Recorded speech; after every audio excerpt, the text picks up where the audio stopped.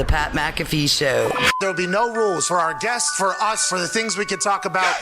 Speaking his mind. I've never had a problem expressing my opinions or my thoughts or anything like that. While being relatable. I haven't had that manufactured fake-ass celebrity that a lot of people have whenever they go on those big networks. I've had a chance to really build my crew, build my following, build my audience. And ridiculous. What am I supposed to do? So I'm supposed to look at something that I can definitely afford and say, nah. Is that what I'm supposed to do?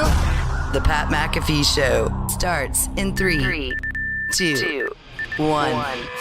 Good afternoon. It is Monday, July 26, 2021, years after zero.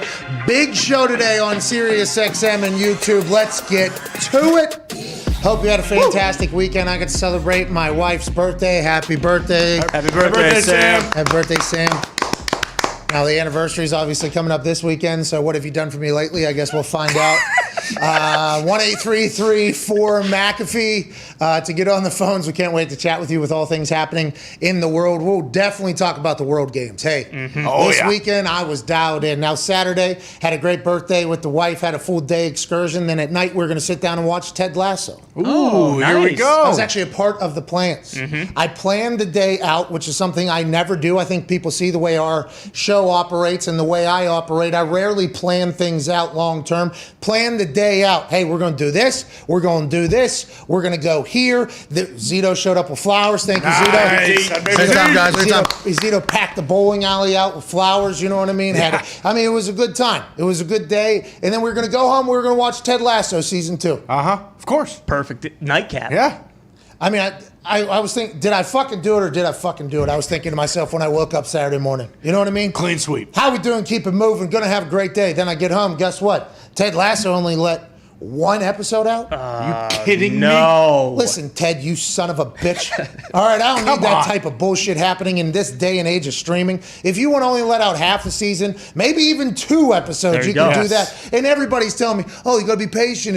It keeps Ted Lasso to be talked about longer. It's like, well, I'll tell you what. The only conversation I'm going to have about Ted Lasso is about the sack of shit coordinating production decision to only put out 1 episode, okay? And I was one of the loudest, biggest, earliest fans of that show. And maybe I'm just most upset because I had it planned out into my wife's birthday because how much she loves it. We'll shut it down, binge watch season 2. Maybe 3 episodes, 4 episodes, whatever the case. Sure. And just kind of happy-go-lucky. Then I see 1 episode on there. We watch it, obviously. It's like, okay, cool. Now I got to wait another week. What is this, 1990-fucking-8? Kidding me. Get me out of here, dude. They try to make it as insufferable as it is to watch actual soccer. Yeah. That's what they're trying to do with Ted Lasso, the soccer coach. I'm not happy about it, but thank God the World Games was there. Absolutely. Got a chance to watch a bunch of sports I know nothing about.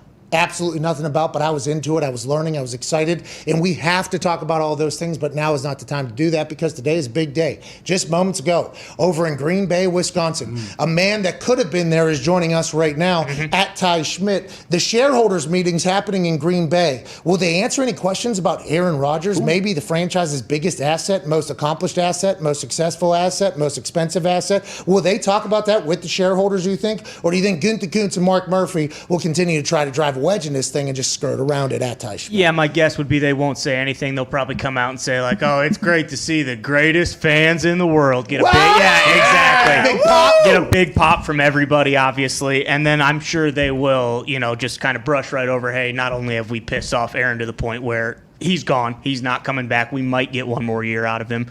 But now we've also pissed off Devontae Adams. He doesn't want to come back. Zadarius Smith came out the other night and basically said, like, hey, what's going on with my fucking contract? I want to be here for a long time, too, but you guys don't really want that. So we'll see if they mention that stuff. My guess would be they won't. Though. Okay, so fascinating because you could have been there. We should have sent you there because if we had boots on the ground there, our show would be better. But I mean, really, nothing's going to happen. We'll be able to see it all on the internet anyways. Exactly. Before the words even get out of Mark Murphy's mouth, we'll be able to hear about it on the internet and how this whole thing's go. We will watch that closely. And I have to go back to your point about them saying we have the greatest fan base in the world or whatever to get a big pop. I have to make it a correction on something that I said publicly. Okay. Here we go.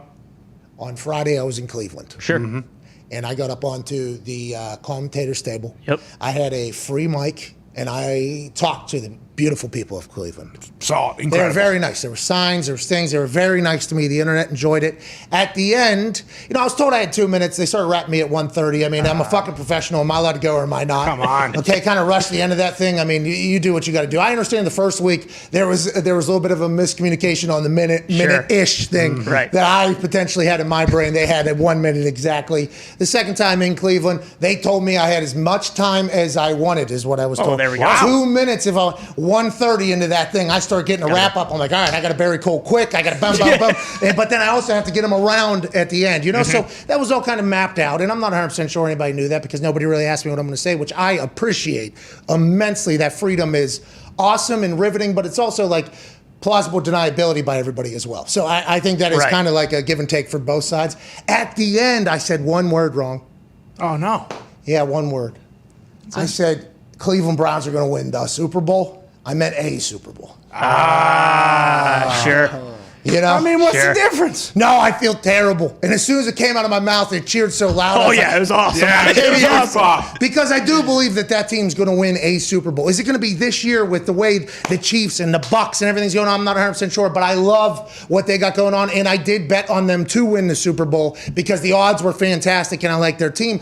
When I said the Super Bowl, I implied this year. I meant a Super Bowl in the next couple years. I Okay. think they'd be okay with that. I didn't have enough time to explain that, and I kind of felt bad, and I sat back down, and I think we called a couple things and Roland lied at the time, and all I could think the entire time was, I just lied to these people. The people of Cleveland were very nice to me. I apologize. A lot of people thought I was pandering. I mean, I guess with that particular statement, with the word the definite, it was supposed to be I apologize. Thank you to the great people of Cleveland for the incredible hospitality. Yeah. Thank you, Cleveland. Cleveland Guardians, the name change. We were actually at the ballpark across the street.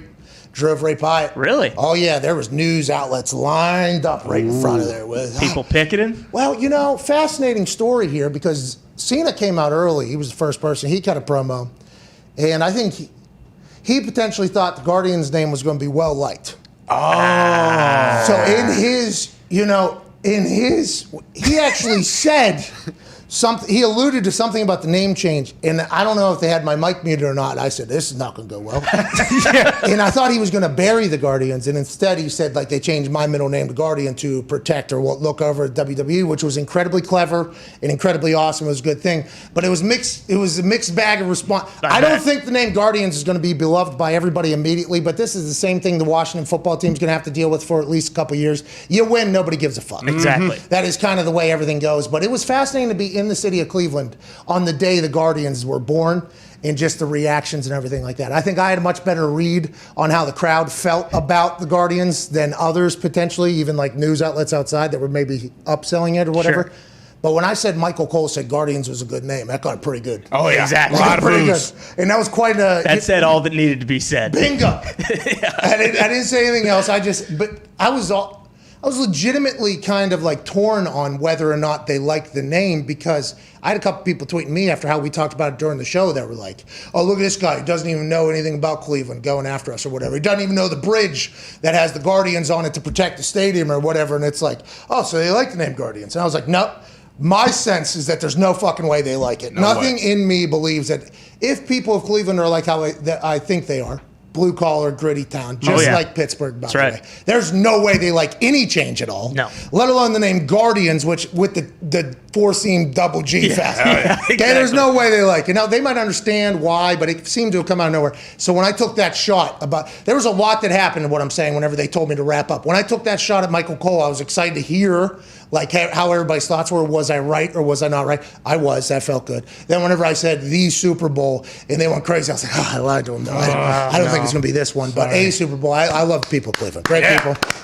Great fan base. Guardians are going to be great. Oh, yeah. The dog pound is awesome. It does deserve to be celebrated. WWE Universe was loud on Friday. We appreciate that. How was the city? Was it like covered in trash still with like loose license plates in the streets, or was it kind of better almost? To be completely transparent, we couldn't have landed, went to the building, left the building, took off faster. Oh, really? Did not see. Didn't hang around. Did not see much of the city. I've been there before, though. Yeah. We got a chance to roll by Jack's Casino. What a giving place. Oh, man, love that casino. What a giving place. And I wasn't the only one, by the way. There were a couple people that are WWE superstars that as soon as I landed, they said, "Hey, have you ever been to?" And I was like, "Winning casino." There, yeah, that's what we were going to tell you. That casino in Cleveland is a giving casino.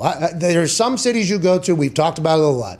You go to Pittsburgh, you go to Rivers Casino, you are not going to win. No. You are actually just paying a percentage to the casino to bless you, the Pittsburgh gods, for a good weekend. Bingo. That is literally, you're coming, you're donating to the city of Pittsburgh via Rivers Casino. You're saying thank you, probably having some food, couple drinks, couple, hey, There's always seems to be a good vibe in there. Nobody's smiling on the way out there when they're talking about their pocketbooks. No, never. That's just one of those. New Orleans, that city, that casino is a winning casino. Hell You yeah. go down there, you will win coming out of there. A lot of smiley faces. Superdome actually just signed a 20-year deal with Caesars, I think Sportsbook, to become the official name of the Superdome. So I believe it's going to be called the Caesars Superdome. Okay. Which is incredible. But anyways, that casino down there, big money. You go into Cleveland, big money. Got to stop by Jack's Casino. We got a chance to drive by East 4th Street, I believe is the one with the Christmas lights on it.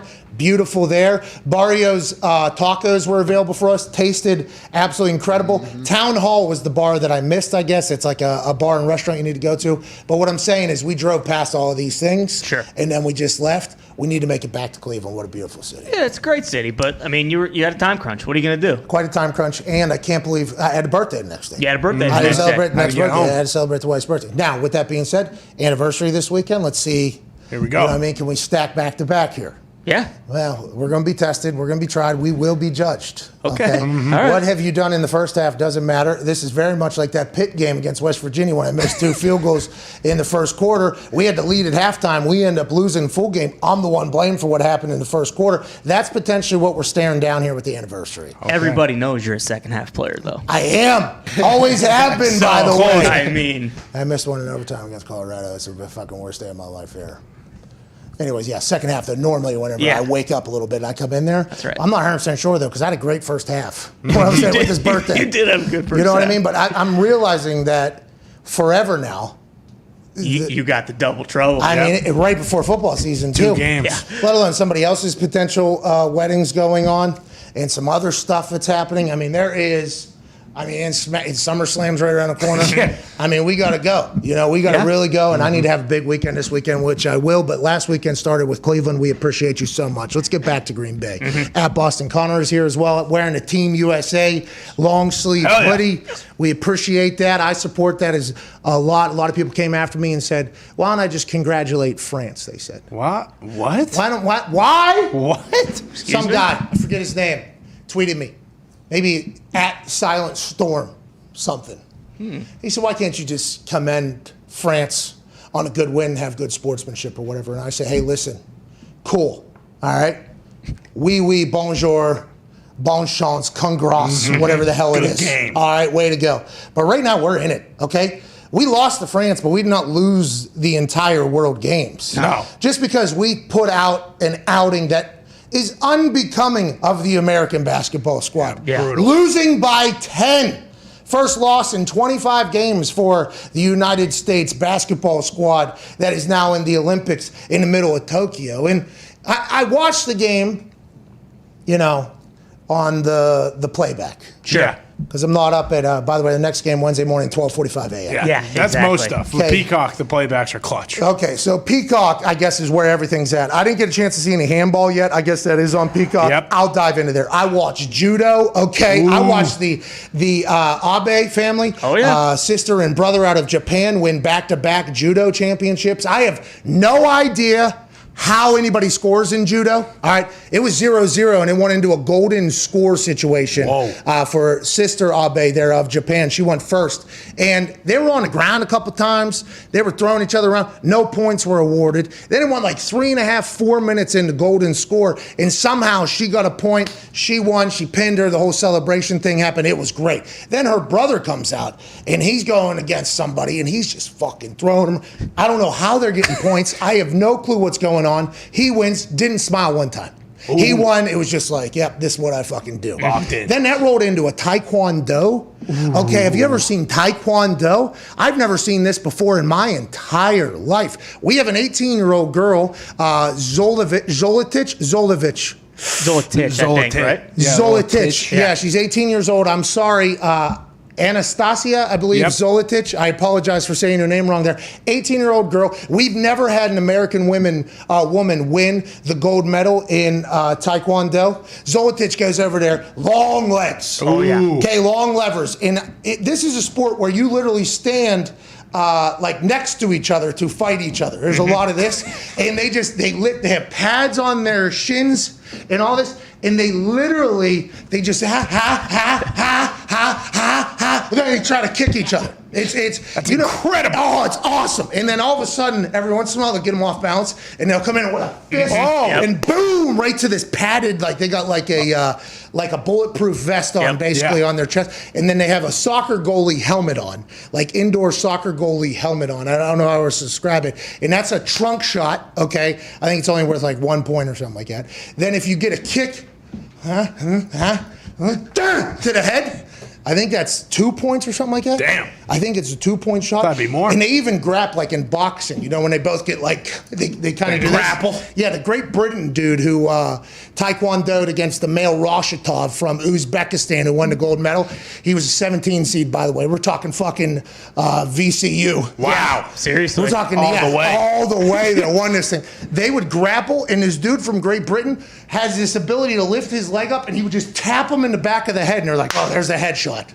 So it's just like if your foot makes contact with the head or the trunk, it's points. If you add a little spinny, boom, bonus points. Style points. Yeah, and Good. you can punch. It was anyway, Zolotich fucking kicks the shit out of people. Was there anyone bleeding, or do these masks actually kind of help? Because if they're going at it like this, I feel like a lot of casualties out there. It didn't seem like they were doing face shots. It just felt like it was strategic head placement. Get the points. It's like the fencing thing, like when that hits somehow, it's like a point out of nowhere. So quick. Is there sensors on their feet, I wonder, and on their thing? Probably. In fencing, I know there is. Yeah. But in the Taekwondo, I'm not 100% I'm not sure about Taekwondo, but I know, and I don't know how similar it is to karate, but I think it is like face contact is illegal. So like they can kick him in the head, but you're right. I don't think they can like punch in the face or anything like that. Hey, Zolotich did not fuck around.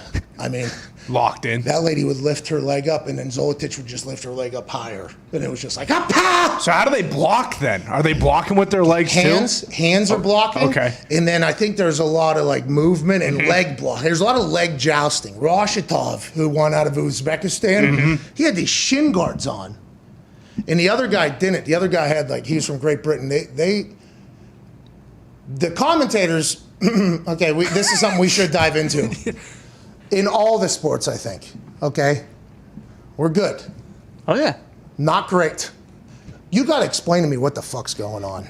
Some of these not all, I said all earlier, not all the commentators are bad or whatever, but I think there's a lot of people that are commentating maybe for the first time.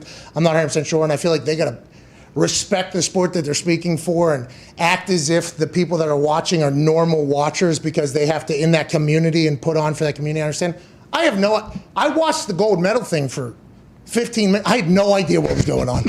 And you would expect the commentators maybe to explain, and they were breaking down strategy and stuff, but they weren't actually explaining the sport itself. So there's two different ways to go about it. I think there's been a lot of lapses in commentators' educations of these sports that we have know nothing about, but I think they're just trying to call it as if it's how a regular program would go with it. I'm not 100% sure. But to your point, I think that's a reason why people like watching gymnastics, because they'll say the name and they'll be like, so that's 2 full twists with they kind of explain what the people are actually doing. You're right. You go into some of these events midway through, it's like, all right, what the fuck's the point here? What are they trying to do? I didn't know what sport I was watching. When I put the tweet out, I said, I think a judo? Right. Gold. They wouldn't even say what the sport, and there was no, the graphics were, I was on USA Now. The graphics were a little hey, NBC, I understand it's a difficult time, especially with COVID. There are probably only a certain amount of people allowed over there and everything like that. But I felt like some of the broadcasts have been very, this is the fucking Olympics, dude. Sorry. This is the World Games, dude. Jesus. I actually told Ty before we get in there, cannot say. Can't do it. Have to say World Games. Have to say World Games. But honestly, it's the World Games. What are we doing? I've enjoyed it. Yeah, it's been awesome so far. I watched triathlon. That thing was absurd. Okay. They almost killed the triathletes early.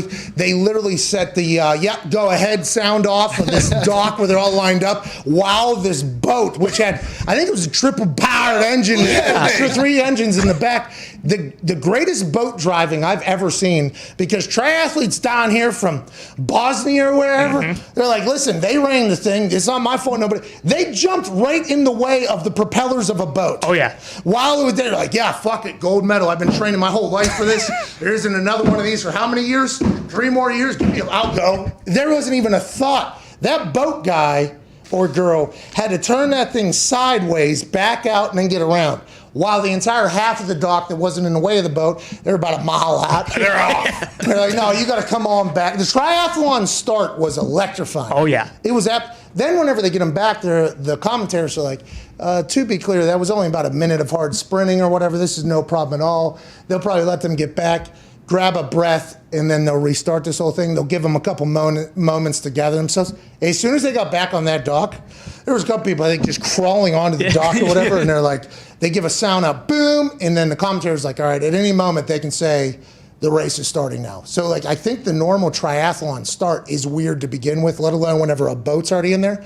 So then they had them stand in their little number spots, and one of them was still trying to, like, collect himself, regain his composure a little bit. Jesus Christ. And then a thing goes, and then they go to what seems to be cruel and unusual punishment. Yeah. That is what triathlon seems to be. Tim McAfee used to do triathlons.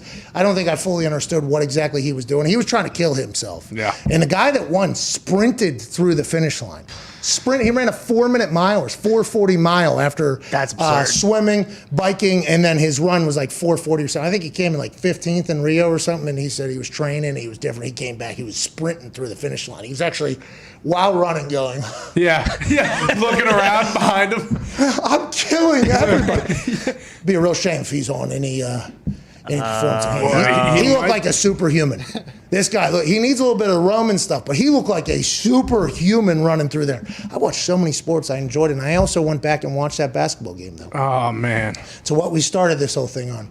First loss in, 25 games or something like that? I think since 2004 in Olympic play. So I went and watched the game yesterday. It was on playback. It was on NBC. I was watching. I was bouncing back between CNBC, MSNBC, USA, and NBC. Just found out this morning from the boys, it's all on Peacock however you want it. Should have done that. Should have known that earlier as well. I watched him play against his France team. Mm-hmm. Obviously lead at halftime. Yep. All right. Playing well. They interview Steve Kerr. He's excited. Hey, I'm excited about what's going on here. The guys are doing this, unselfish, this is happening. And then the second half, it was a fucking ass beating. Crapshoot. Okay, Steve Kerr said, we went in there at halftime and told them just keep doing whatever they're doing. The French coach went in there and spoke French and said, hey, listen, we're changing everything we're doing, and we are going to run them out of the fucking building. Yeah. And that's what the French team did to the United States team. It feels like the French squad had 7-foot tall dudes, though. Mm-hmm. I don't know what baguette. Okay, they're eating over there. They had massive dudes, and they were bullying the United States team. And I think as I was watching it, I was watching for a lot of things. I'm like, all right, who's the leader of the American team?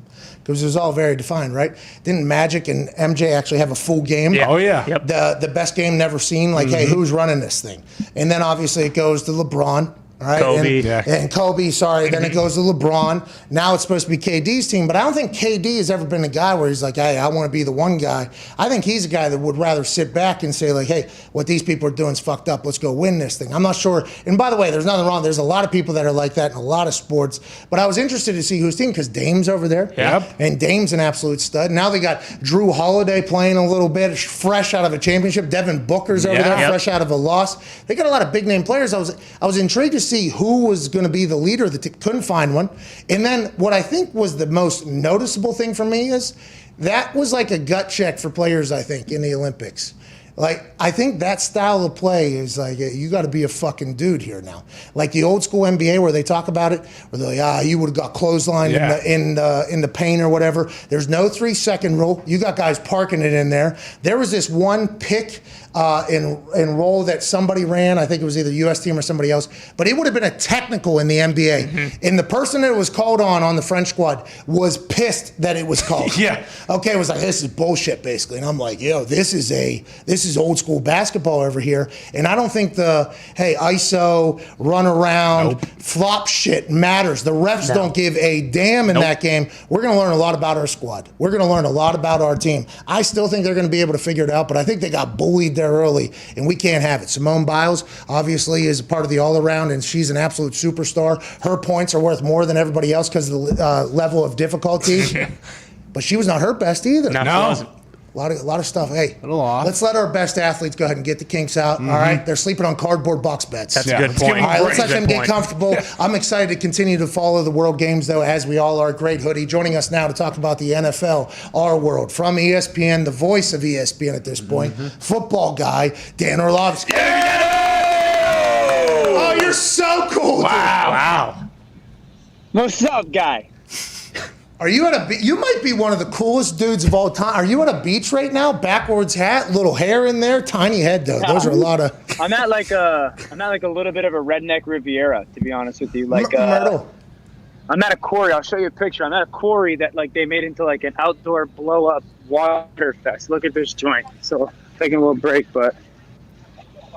Oh, Wow. Hey, I think I could see the Delta strain from here. It's so strong. Where are you? Thank you for joining us. I apologize for interrupting that amazing day you have with your family. It's a good break, bud. It's a good break. I assume wrangling 10 kids at a water park and a lake is much like wrangling cats. I appreciate you, Dan. Let's dive into it, okay? The Green Bay Packers shareholders meeting just started like 28 minutes ago. We saw their P&L was released, which we will dive into. Interestingly laid out by Tom Pelissero, stating that they lost money, but they ended up with like $100 million more cash. So, Dan, by the way, you and me, as NFL players who've gone through a couple CBAs, know how big of a deal that thing that just got released on the internet is. It's huge deal. But the Aaron Rodgers situation, Devontae Adams situation, the Last Dance photo, what do you think this means? Are they playing one more year? You tweeted this morning, if you were the Packers, you'd announce we're trading Aaron and we're going to go ahead and move on with Jordan Love. Is that where you're at in this whole thing? Is that the only way this thing gets settled, do you think? Yeah, I've been like that since the day this news broke. I think Aaron is a guy that doesn't say or let anything that gets said about him, certainly by powerful people, just because. And I think the reality, dude, is like the Packers want their cake and to eat it too. Like they want, okay, we want to take the quarterback, so he's the young and up-and-comer, and we'll groom him, and we can sit him as long as we want to, but let's also keep the MVP. And it's like the reality is that just doesn't happen. That you cannot have both sides of that. And I do not believe that Aaron Rodgers is going to allow what has happened over the last 3 or 4 months to transpire and get said about him. And then 3 weeks or 4 weeks from now, be like, you know what, guys, I'm going to show up. I'll play just because you didn't give me what I wanted. And I just think the Packers need to come out and say, you know what, we got the best fans in the world. And they have been loyal forever. We've had 30 years. Think about that, dude. They've had 30 years of great quarterback play. 30 years. And I think they just got to come to a point and be like, we're the Green Bay Packers. Aaron doesn't want to be a part of us anymore. And for that, we're going to move on with Jordan Love. Okay, as you were talking there, I was reading and scrolling and getting tweets from Tom Pelissero, updates from the shareholders meeting in Green Bay. Tom Pelissero, the Arrow, says Mark Murphy starts by praising Brian Gutekunst and saying he's the right person to lead the football program going forward. One guy from the crowd yells, "I've never seen him throw a touchdown." Wow! Yes! That's a little hostile. I love it. Mostly cheers as Gutekunst takes the mic, says Tom Pelissero. We have to remember this is coming from Tom Pelissero. Gutekunst mentions no team had more Pro Bowl players, said culture and foundation is strong, mentions Aaron Rodgers continuing his Hall of Fame career and winning another NFL MVP. Biggest cheer of the day, says Tom Pelissero. So Gutekunst and Mark Murphy are not on the same page as you or a lot of us, thinking that this is going to end ugly. They seem to think he's going to stay. He posted that Last Dance photo with Devontae Adams. One more year, what do you think the year would be like if that was what was happening? I still don't, as of last week, I don't believe either way that this is a championship football team, man. I don't. I think they're good. Their roster is very strong, but I don't think because of the distractions that this offseason has brought, I don't think they're championship anymore. Because Pat, you know what it's like, man, to be in that locker room and to how hard it is. If anybody knows how hard it is to win a game in the NFL, I do. If anybody knows how hard it is, it's me, bud. Very tough. Very tough. And I look at the NFC, I go, okay, Tampa, what have they done all offseason? Focused on football. Seattle, what have they done really for the great majority of the offseason after the Russell stuff went away? Focus on football. The Rams, focus on football. The 49ers, focus on football. Like Washington, all they've done is focus on football, and Green Bay hasn't. And I don't see, even if Aaron comes back, that this is a championship football team anymore. They got a championship roster, but I don't think this is a championship team anymore because I can't see how you get the leader of your organization, the face of your franchise, and you tell them, this is your last time playing for us. I just don't see how that goes well in the midst of an adverse season. To your point, I think camaraderie is the biggest X factor that is never talked about on whether or not a team is going to be good or not, right? I mean, I've said that a lot. You've said that a lot, mostly because we've been in locker rooms and have understood, like, hey, when the team likes each other and likes what's going on, they're going to play harder, better. They're not going to miss reps. They're not going to do anything. They're going to buy in completely, even if it's a bad play call, by the way. A team that is tighter is going to buy into it more than a team that is potentially not. Now, is Aaron in that locker room and coaches and players still tight? Maybe, we'll see. And is Aaron talented enough to lead them in that talented roster to a lot of wins? Probably. But winning a championship is very difficult, and there's a lot that goes into that. I think, to your point, when the Phoenix Suns went up 2-0, and they were walking back to the locker room after they went up 2-0, and they were a team that was very tight. But I saw a team that was just like they were all walking isolated. Some people were frowning. I was like, that doesn't seem like a team that is really loving what they're doing. You know what I mean? Now, I don't know shit about the NBA, so I didn't say anything. But then when Giannis comes back and that team is together and, hey, we did it for each other, it's just the team thing is real, and I hope it's not ruined. Now, speaking of team things, no, Celsius got me. Celsius got me. I had it down here. That's on me. But phlegm? Yeah. It was a little carbonated drink sitting right here, and then it did a thing and then a thing while I was doing the thing. Yeah. There's probably a couple kids doing that over there by that lake that you're by. But some of my kids are alive. Look at these zip liners. People are just flying on this zip line. Stay alive, kids. Oh, shit. What? Was that a human that just flew by right there? Oh, yeah. Where are you guys in America? Is that America? Yeah, we're in a little town called Portland, Connecticut, which is near the middle of the state.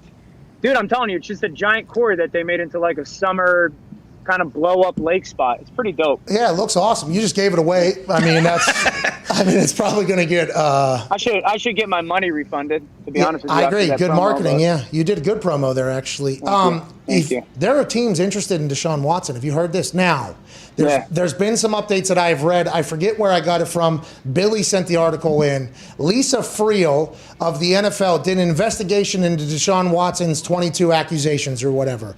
Actually had interviews with some of the people alleging that Deshaun Watson did something absolutely terrible to them. Lisa Friel then went back to the NFL. They did not put him on the commissioner's exemption list. They did not suspend him. So a lot of people are alluding in the writing that I read. Now, I am not saying this. I'm just saying others are saying that what Lisa Friel found is something much different than maybe the rest of the world knows. We have no idea. There's still very serious allegations against Deshaun Watson right now. Teams are allegedly still interested in trading for him. Do you see that happening? His coach, Quincy Avery, told Adam Schefter, I guess on his podcast, he's 100% sure the Houston Texans are going to trade Deshaun. What are your thoughts on that situation? And if you're a team, aren't you waiting to see what the hell Lisa Friel found out before you make any moves out here? Yeah, my feelings on Deshaun have been the same since day one, that he will get traded. Whatever happens with the legal stuff, obviously, I hope that the right thing happens, whatever the right situation is. But I think that there's two parts.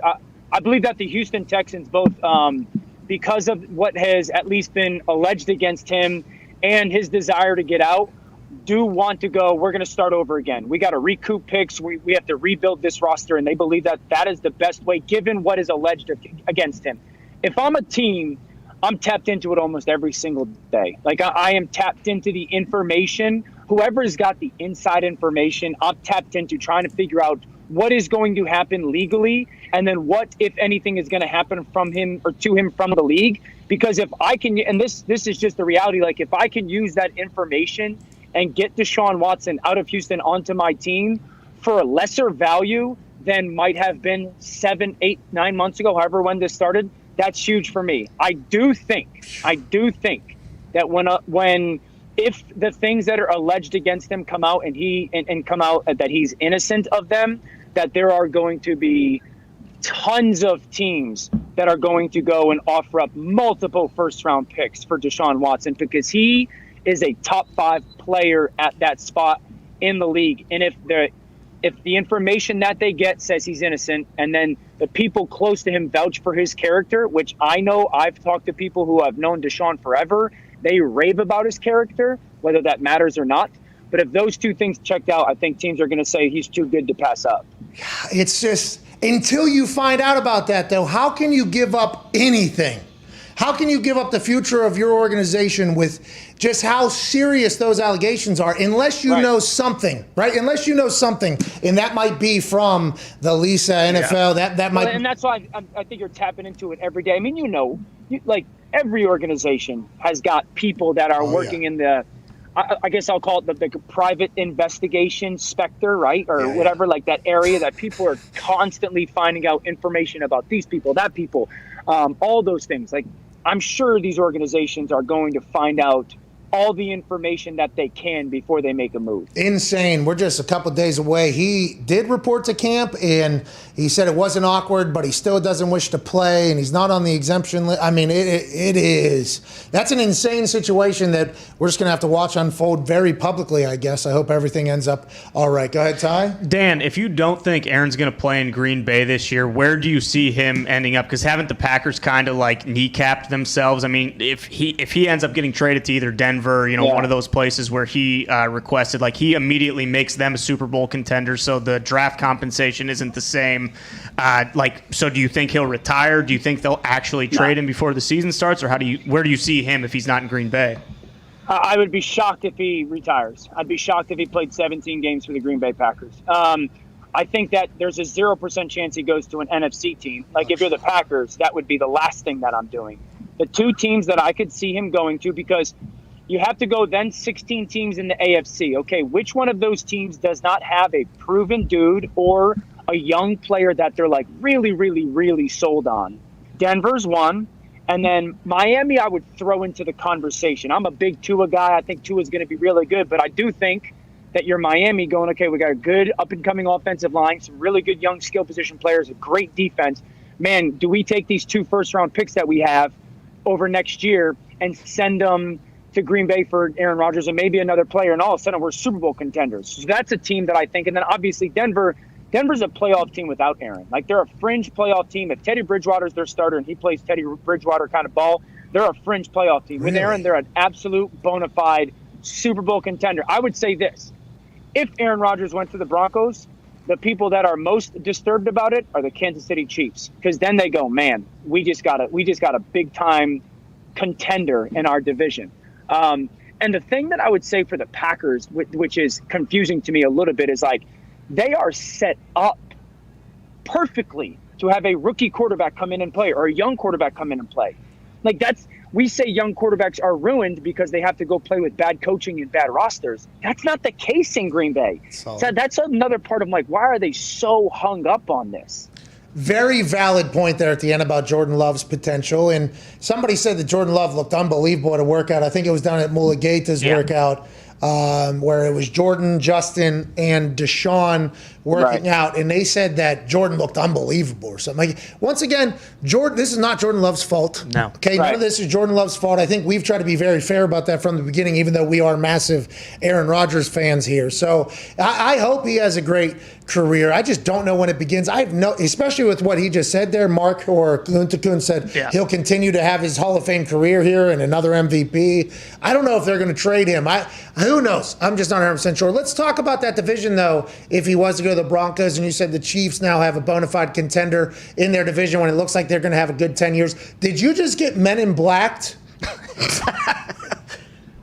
I don't know. Is there someone zapping? Well, your whole screen just went white or whatever, right? Hope you're okay. It's probably like the sewage in the water that I'm jumping into. Well, the new iPhone can actually go down to 12 meters deep. Oh, wow. So you can take that into your sewage if you like. I don't trust it. Let's go. I don't trust it. Well, I paid enough for it, so I'm going to trust it. I'm going to assume it did. It was super expensive. Not much has changed. But Justin Herbert, Drew Brees said that he's got forearms like a guy that's been digging fence post holes. Biggest Texas compliment I think I've ever heard. Are the Chargers a team nobody's talking about that could go on a run, you think? No, they're super talented. I mean, 2 years ago, they were a 12-4 football team before Phillip went to Indy, and then they go on the road to New England in the playoffs, and New England was a good beat. But I think there's two things that I look at for the Chargers that are, and the one word is cohesion. And it's two different parts. One, the offensive line needs to come together and have cohesion. Like they drafted Rashawn Slater from Northwestern. Pat Fitzgerald would rave about how great of a player he is. I'm not an offensive line expert. I've got forearms like a 12-year-old. But he's going to be hopefully a really good player. They spring Corey Linsley over from Aaron Rodgers' squad. So it's like, how quickly does that cohesive aspect of the offensive line come into play? Because Herbert was great last year. The offensive line stunk. That's hard to do 2 years in a row. And the quarterback's like, while they're talented, they got to come together.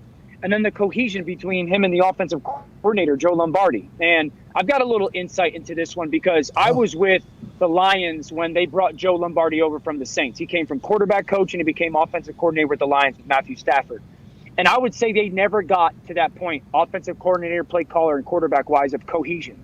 Good coach, really smart, good teacher, understood stuff. Matthew's a really good player, but they never saw ball the same way. Like they never saw situations the same way, plays the same way.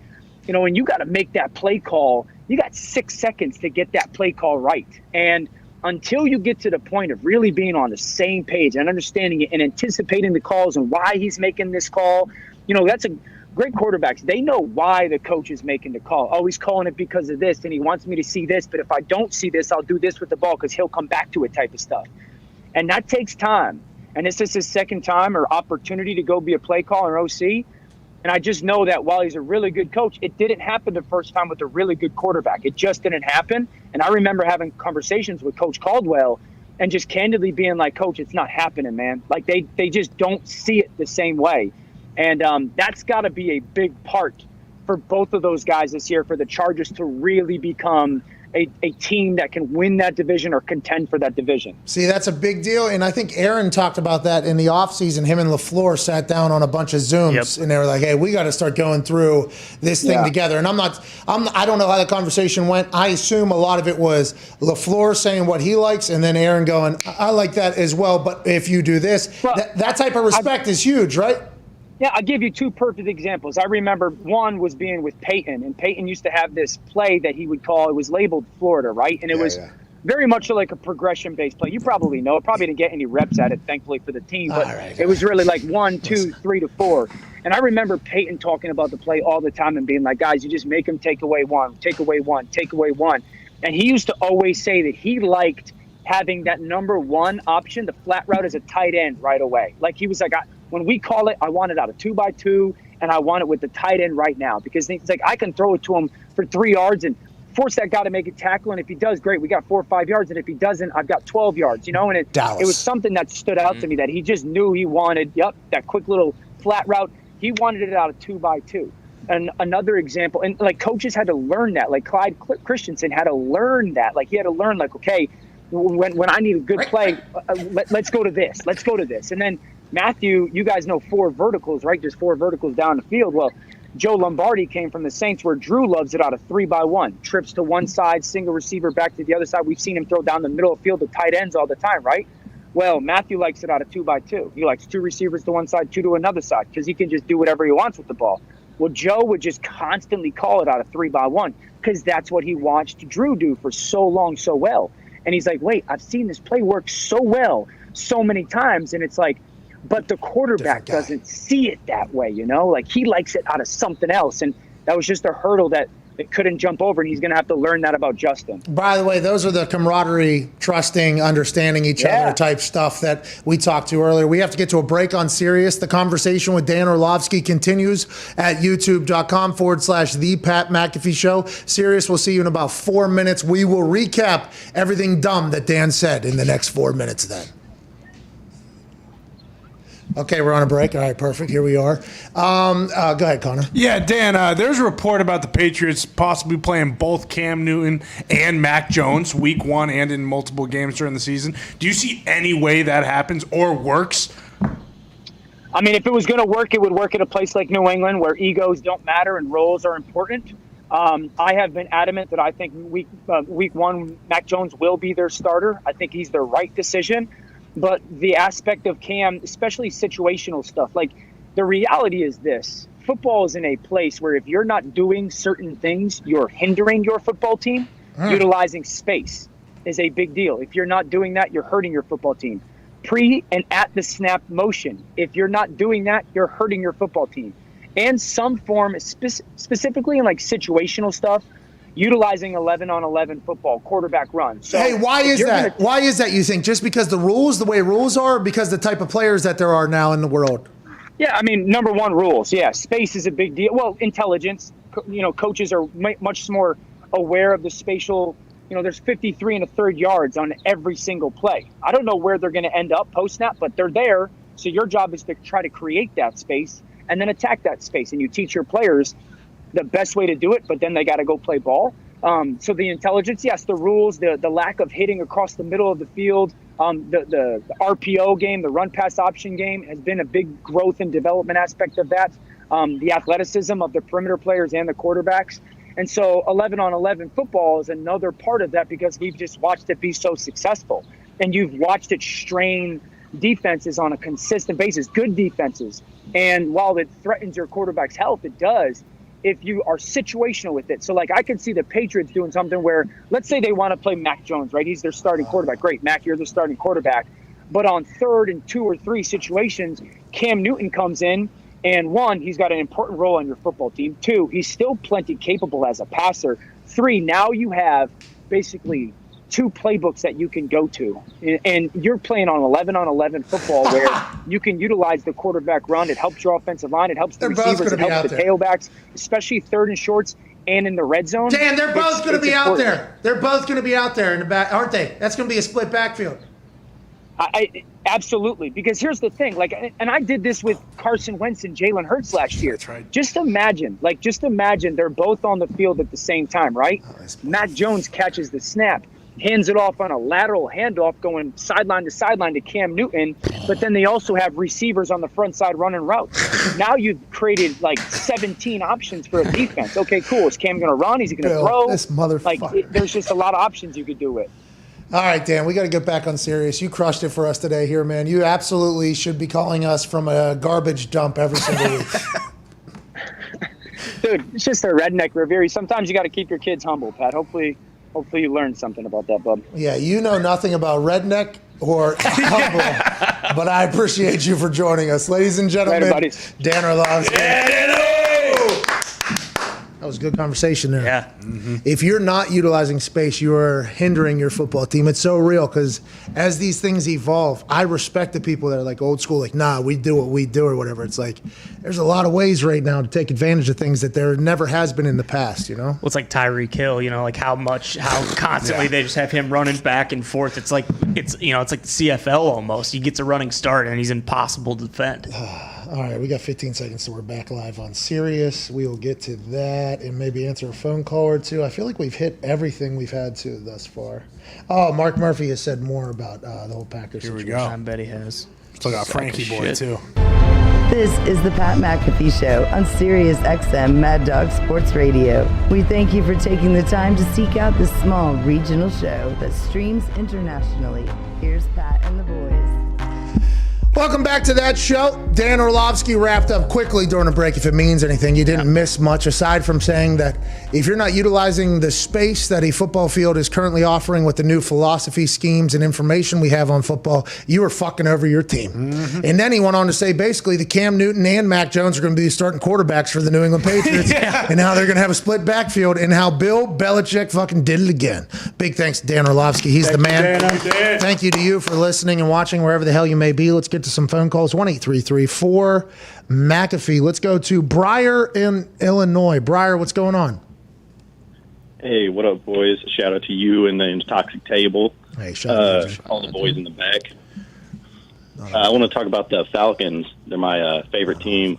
I was going to start betting on them this year, but I was a little worried about it since, don't want to bet on your favorites. No, yeah, you do. Hey, listen, yeah, if you feel good about it, then listen, a good bet's a good bet. I have no idea what the Falcons are going to be this year, but I have a lot of respect for Arthur Smith. What are your thoughts down there? You guys pumped? Kanye's living in your stadium right now.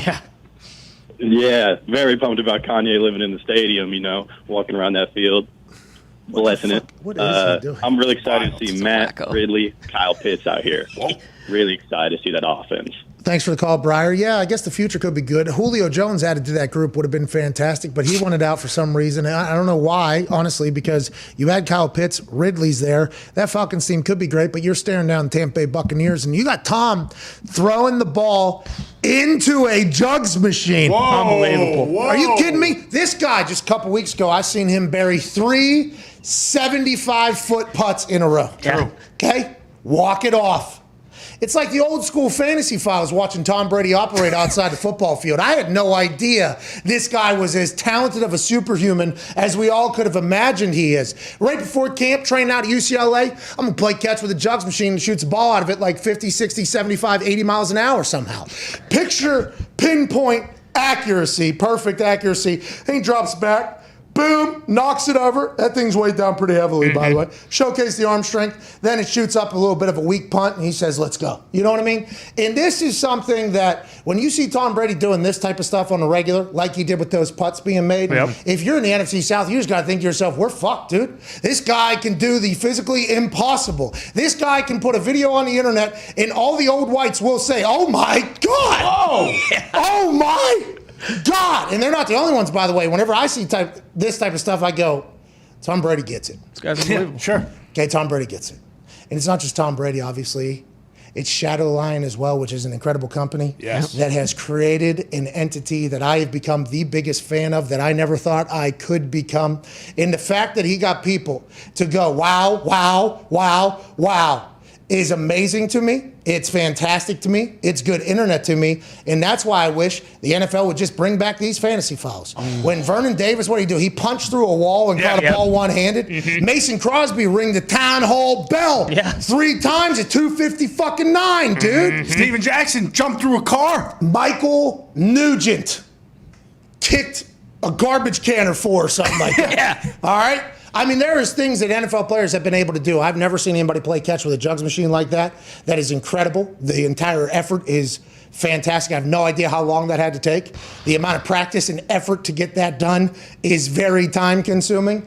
But I loved it. I love what Tom Brady's doing. I like that he stirs the pot. And I like that the greatest of all time, with the most championships of all time, not only flexes that online, but also as a participant online. We appreciate the hell out of Tom Brady. Showcasing the hands a little bit too. Hey, Blaine, if you want me to line up at tight end a couple times this year, I'll do it. They're talking about Cam Newton, Mac Jones. How about Blaine Gabbert, Tom Brady? Who says no? The last time I got a ball passed to me, it wasn't fantastic. I got to make up for that, especially now I'm playing catch with the jugs. What's that, Nick?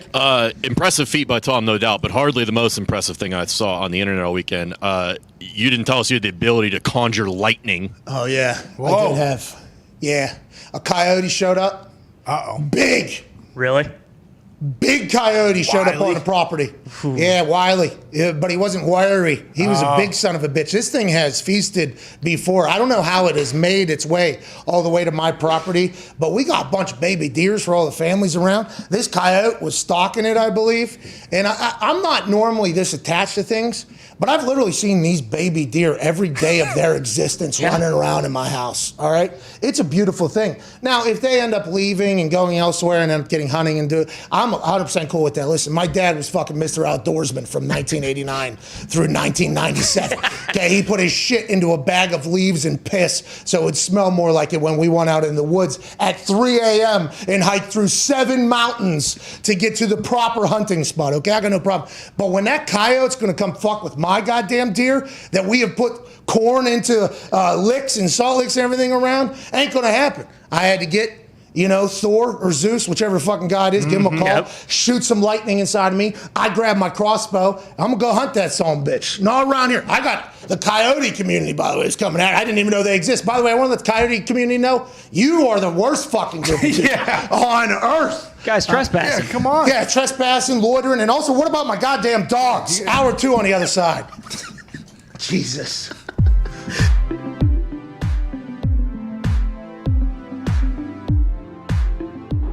Hey, I'm on a long drive. I thought to share some thoughts on Aaron and the Packers. It's real. Obviously, this story manifested with all the reporting. The one thing that got me was that the coach, the general manager, and the president had been out to see Aaron this offseason, and yet here we are. I don't think it's about Jordan Love or about cutting his friend Jake Kummerow. I think this is kind of a deep-seated chasm between him and the organization, maybe a lack of trust, maybe something where I feel like it was a breach. He doesn't feel like there's a point person there that has his back in the front office. Maybe it's just being treated like everyone else. I mean, the Packers have to understand, Aaron's not blameless in this, but star-driven league, stars move the product, and you got to treat him a little differently. I mean, Aaron gets in a place where we've seen this, that he puts people, as he called it to me a long time ago, puts people on blast. And maybe he's put the Packers on blast. How is this resolved? Well, Aaron doesn't want to retire, but if he doesn't show, what he's going to be doing is putting the pressure on the Packers to not put him on the retired list, at least forever or long, and get something for this extraordinary asset named Aaron Rodgers.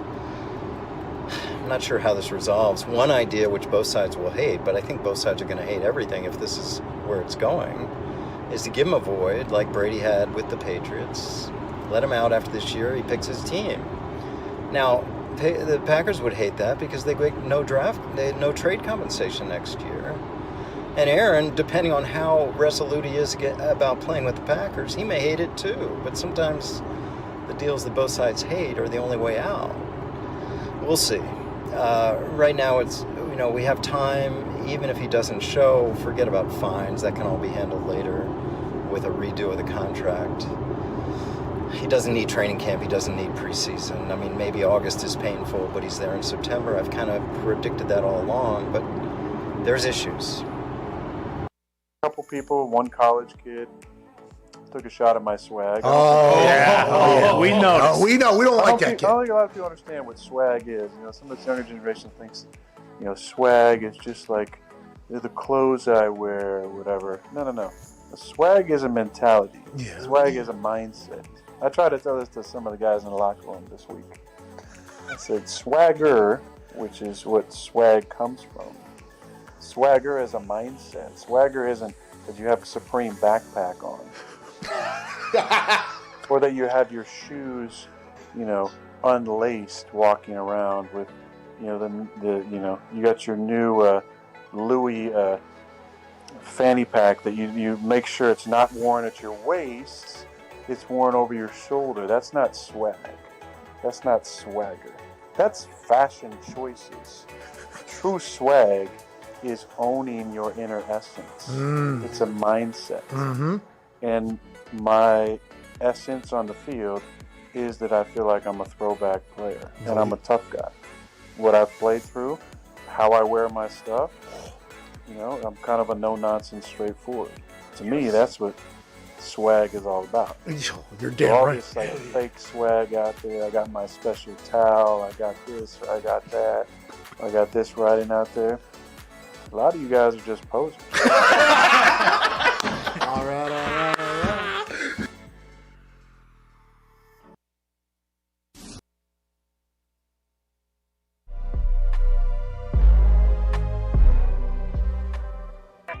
The Pat McAfee Show. There'll be no rules for our guests, for us, for the things we can talk about. Yes, Speaking his mind. I've never had a problem expressing my opinions or my thoughts or anything like that. While being relatable. I haven't had that manufactured fake-ass celebrity that a lot of people have whenever they go on those big networks. I've had a chance to really build my crew, build my following, build my audience. And ridiculous. What am I supposed to do? So I'm supposed to look at something that I can definitely afford and say, nah. Is that what I'm supposed to do? The Pat McAfee Show starts in 3, 2, 1. Welcome back to that show, Monday, July 26, 2021, Hour 2 with AJ Hawk and Andrew Brandt. Okay. We'll begin immediately following this beat drop from Twine. There it is. Here we go. From the attic in Ohio, college football national champion, Super Bowl champion, AJ Hawk. What up, dude? Hey, AJ. What's happening? What the? How's the attic look? I appreciate the effort that you went to make it look like you're in the same room you're normally in, but it is very evident you are in a ratchet version. Where are you? Well, come on. Now you're taking it all away from me. Small background, man. I wasn't trying to fool anybody, no, but I told you I'd be on the road this week, and I found a little small background that's very similar to what I have at home. Hey, it's very similar to the one you have at home. Thank you for your effort. Yeah. I really appreciate it. Let's get right into it here. I don't know where you are. You've probably been traveling with the family or whatever to get there. But you're more dialed in on the internet than any of us, basically. And you also happen to be a person that is potentially being talked about in a recent Ian Rapoport tweet. Ian Rapoport says that Aaron Rodgers has indicated to those that are close to him, to people close to him, that he does plan to play for Green Bay this season. Sources say that is the expectation. Many factors at play. But with Gunther Kuntz saying he is hopeful for a positive outcome, there is a glimmer of optimism. So that would have to be you, I think, right? People close to him. There's not a lot of other folks that have been at the Kentucky Derby, out there at Lake Tahoe. Also, the reason why we have any relationship with him at all. So this would have to be you that he would be indicating here. But you have said all along that you see this working out, him playing with the Last Dance posts with he and Devontae Adams, basically saying it seems like it's going to be one last year. What are your thoughts on all this, and how do you feel about the shareholders meeting that's happening and what's going to happen with Aaron here?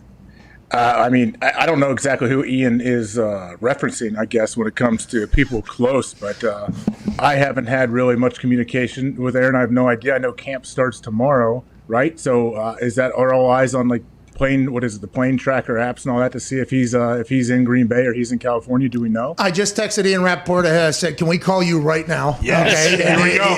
If he answers yes, we will call him immediately and say, who are you talking to? Who are you talking to?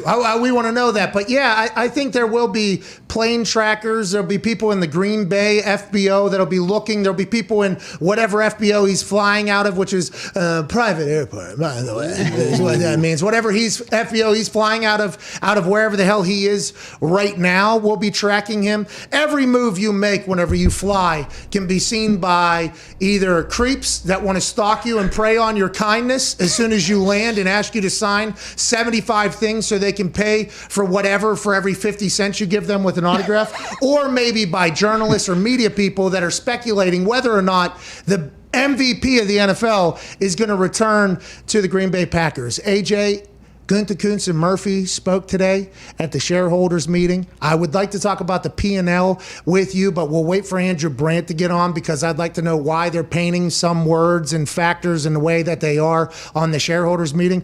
Is this what happens every year at this thing? Do I not follow this close enough? Does this happen every single year where all the shareholders are invited? They get an entire spread of how the money was made and where it was made, and then also a state of the franchises given. Is this every year, AJ? Yeah, they do it every year. Ty could have technically gone, right? And yeah, I think, isn't this how the rest of the NFL, don't they look at the Packers financials because they're the only ones that really have to put everything out there?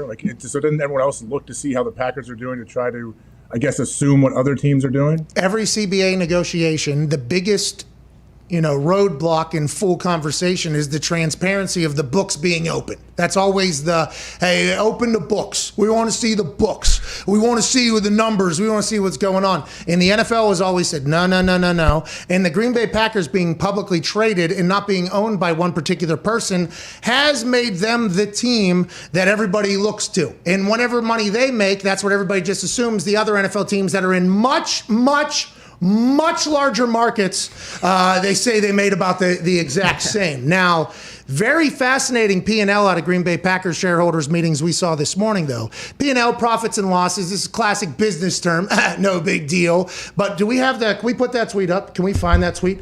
It is from Tom Pelissero. He literally puts it up there. They made $120 million in investments from April 1, 2020 to March 31st, 2021. So there's some financial advisor that's working for the Packers that made them $120 million in investments. I have no idea. In 1 year? Yeah, so their calendar year, I actually, as soon as this tweet came through, which was only like 10 minutes before the show started, maybe 15 or whatever, I actually went through it. Then I called CFO Phil, and I was like, Phil, will you please help me with this entire thing? Yeah, click on that photo, please, could you? Yeah, here we go. So this is the entire thing here. Zoom in on the lower left portion, just the left side there first. Okay, so, no, you can... Just stay on the left side. Yeah, perfect. Statement of income, 2021, 2020. So they are currently operating in the year 2022. Mm-hmm. Okay, so for them, 2020 to 2021, that's April 1st through March 31st, 2021. Okay, so 2021 numbers right there are from then till now, or whatever, till March. Okay, so this year is not being included at all. So for instance, when I saw the 2021 local revenue at 61 million, they put it in there, by the way, numbers in thousands, which is hilarious. It makes it look smaller than it actually is, which is awesome. That's just the move that the NFL is making to try to hide all the money as much as possible so that the PR behind it could be great. So $61 million in local revenue, I automatically assumed like, oh, well, that's without the season yet. Like the season hasn't happened yet. That money's going to come in. They're talking about beforehand. This would be in the 2022 numbers. In the years past, they made $210 million. So that's $150 million roughly the Green Bay Packers make off of local revenue whenever the season happens. Mm-hmm. Okay? Insanity. All right? Yeah. That's a lot of fucking money. Pat, quickly though, that's what, ticket sales for home games and merch from the pro shop and all of that? Concessions, I would assume parking's in there, merch, the Hall of Fame museum that's there. And that's an interesting thing that, CFO Phil said, very bland breakdown here because you don't see what everything is. You just kind of assume that the local revenue is from the tickets and the on-site that wasn't able to happen. So they lost $150 million this year. All right? So the Green Bay fucking Packers make $150 million more money whenever there's fans in the stands each year. So that's just a fact that we should keep going forward. And as prices continue to go up, that number is only going to grow. Yeah. And remember, the Green Bay Packers, this is the smallest market that there really is. Yeah. A lot of people travel in. That's why a lot of the local money's high because people get stuff and travel and see stuff. I get it. But just think about Green Bay compared to like New York or New Jersey, California. There's 2 teams in LA, San Fran.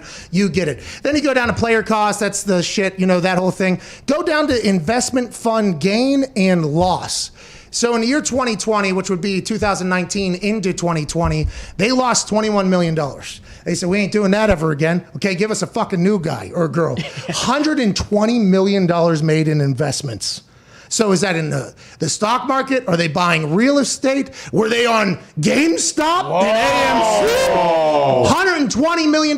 Just think if they have the same strategy investment-wise going forward, where's all this fucking money going to? If they have another $120 million, is this normal if we go back to 2019, 2018? Is this what their investment portfolio looks like? I'd like to follow along if that's fucking available. That is so much money that has nothing to do with football, by the way. Could it be a situation where in 2020 they didn't need their investment money, so they lost, but then like a situation like I've done in the past where like I've spent way too much gambling, I pull all my investments out. Okay. So like, hey. I don't think the $120 million is printed material. I assume it's just things that they own. And that's on the asset side over here, which is also fascinating. You might be right, though. They might be trying to cover for some stuff, which I assume they would do. Go to the right, though. This is fascinating to me because the way Tom Pelissero led this is, they lost money because of, the local revenue being down, but they did make up for it a little bit in investments. Yeah, they ended up with $511 million, okay? And they started the year at $422 million.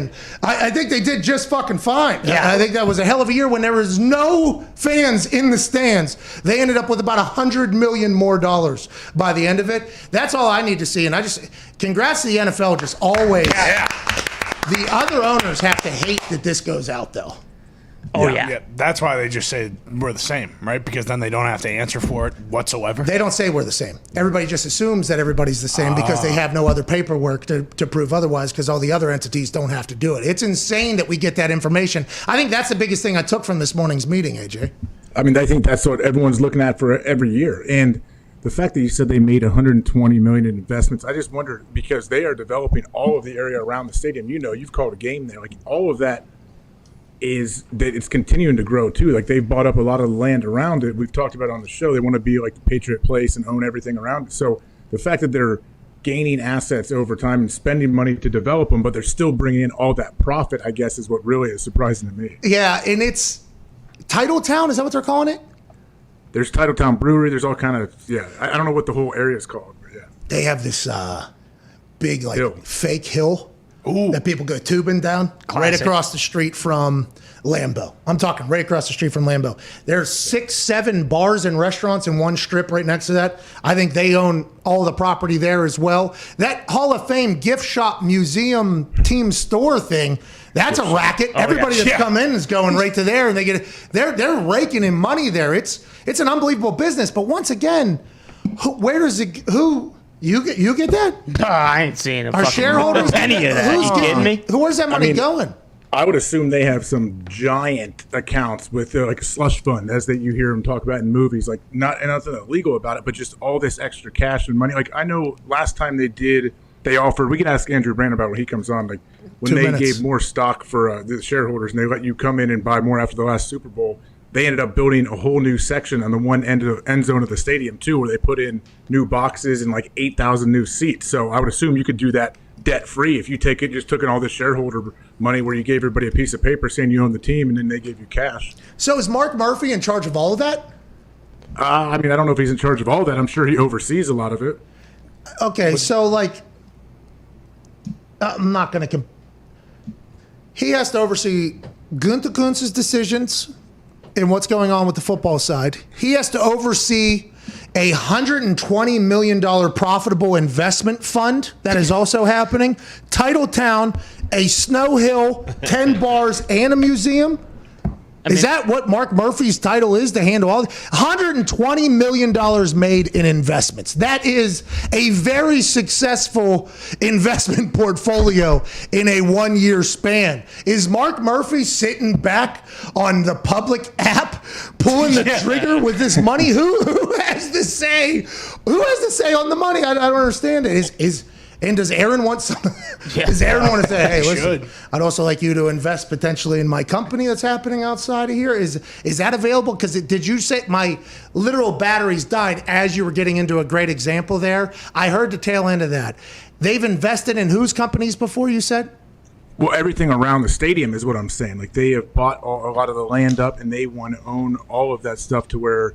Like Green Bay is a place people come year round. There's people coming, taking tours through the stadium every single day. I don't know how COVID has affected that, but people go to the pro shop. They bring in tons of money there. But I think all the businesses around there too, like they want to own the land. And I don't know if they want to own the buildings or the hotels. I'm not sure what exactly it looks like, but I know they want it to be a one-stop shop where they own everything. Well, and does the money made from the shit that they own go into the local, or does it go into the investment?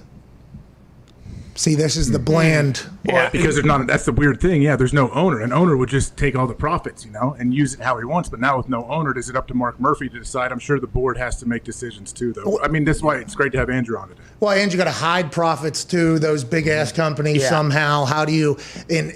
Just. I mean, this conversation could be had at like 45 different levels, in the highest of them all, not being comprehensible. But where we are chatting right now, I mean.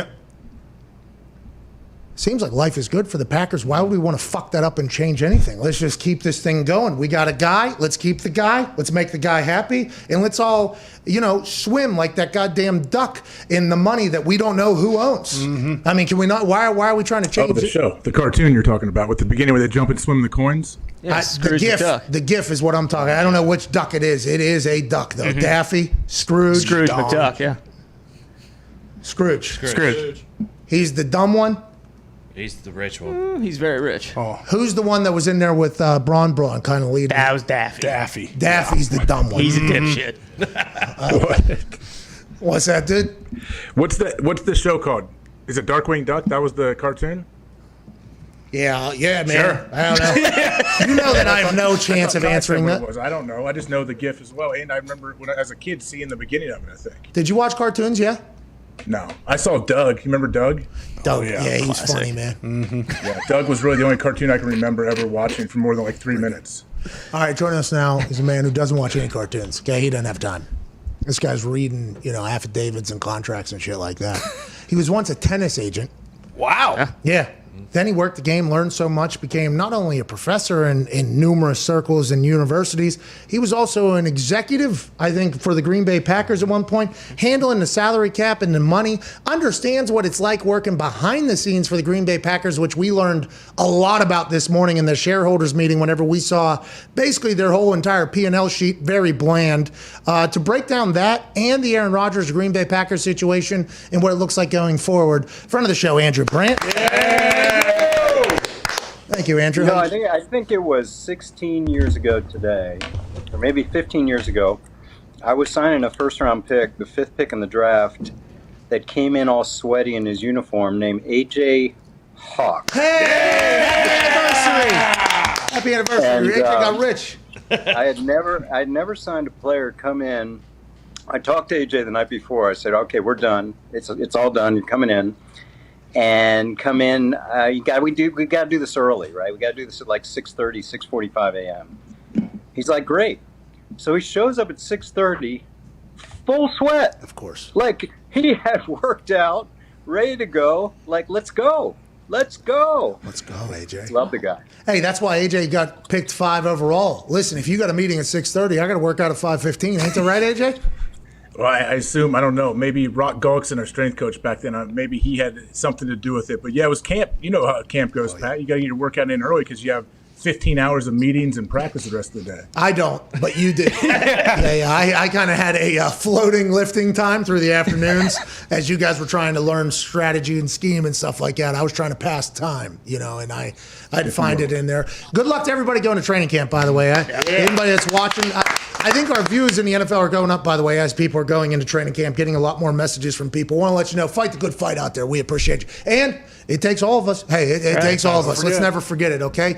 Andrew Brandt, we'll talk about maybe the business side of COVID and vaccine and non-vaccinated and everything that's going on with that at a different time. Let's talk specifically about Aaron Rodgers, Green Bay Packers, in the shareholders meeting this morning. You had a hell of a promo while you were driving yesterday, kind of laying out the entire situation from a cooler heads prevail spot. After hearing what you heard this morning from Mark Murphy, and now Rapoport is reporting that sources close to Aaron Rodgers, which you would think would be that guy over there who's in a closet of some Airbnb in some town somewhere, would be him saying it. Have you changed your thoughts, and how do you think this whole thing works out? Yeah, this is deep. People ask me a lot about money because I ran that for 10 years at the Packers, but this is more than money. If this was money, bumping them up ahead of Mahomes, giving them future guarantees, giving a lot of new money, it'd be done. That could be done in a day. That's easy. And it's just this long-standing frustration that Aaron's had with the front office. And it's deep. It's deep. I'm not sure who it is, but this is long-standing because we know Murphy, Gutekunst, and LaFleur have been out there this summer or this offseason, and they've sat with them. Yet here we are. There's a feeling of mistrust. There's a feeling that they don't have his back. There's a feeling it's not Jordan Love. It's not Kumaro. It's just this accumulation. So I think we've raised the stakes. What's going to happen tomorrow? We'll see if he shows up or not. But if he shows up, he doesn't want to retire. He wants to put the onus on the Packers to do what they say they're not going to do, which is trade him. And they went through that today. We're working to find a positive resolution with Aaron. What does that mean? That means he's pissed. And they're trying to come up with some way that can be there. Now, what I floated yesterday is just a terrible idea for both sides, but sometimes you get to that point, which is, go ahead. Before I say that, go ahead, Pat. What was your line? Sometimes the only way out is a deal that both parties hate, I think was your line. It was a very profound business statement. Is that what you were about to say? I was trying to let you know that I acknowledged your brilliance yesterday as I was listening to it. Thanks, my friend. Sometimes the best deals are the ones that both sides really dislike. There it is. And I wrote it down, by the way, as I'm going into a lot of these meetings. That's okay, awesome. What they're going to here's the deal that they're going to dislike. You tear up the rest of Aaron's contract. You give him a void after 2021. This is what Brady negotiated with the Patriots a few years ago. What that means is his contract will be over. He gets to pick his team in 2021 instead of what I would think the Packers trading him and getting great value in a trade. The Packers hate that because they get no trade compensation. Aaron probably may hate that, depending on how resolute he is against being there, because they don't want to play for the Packers.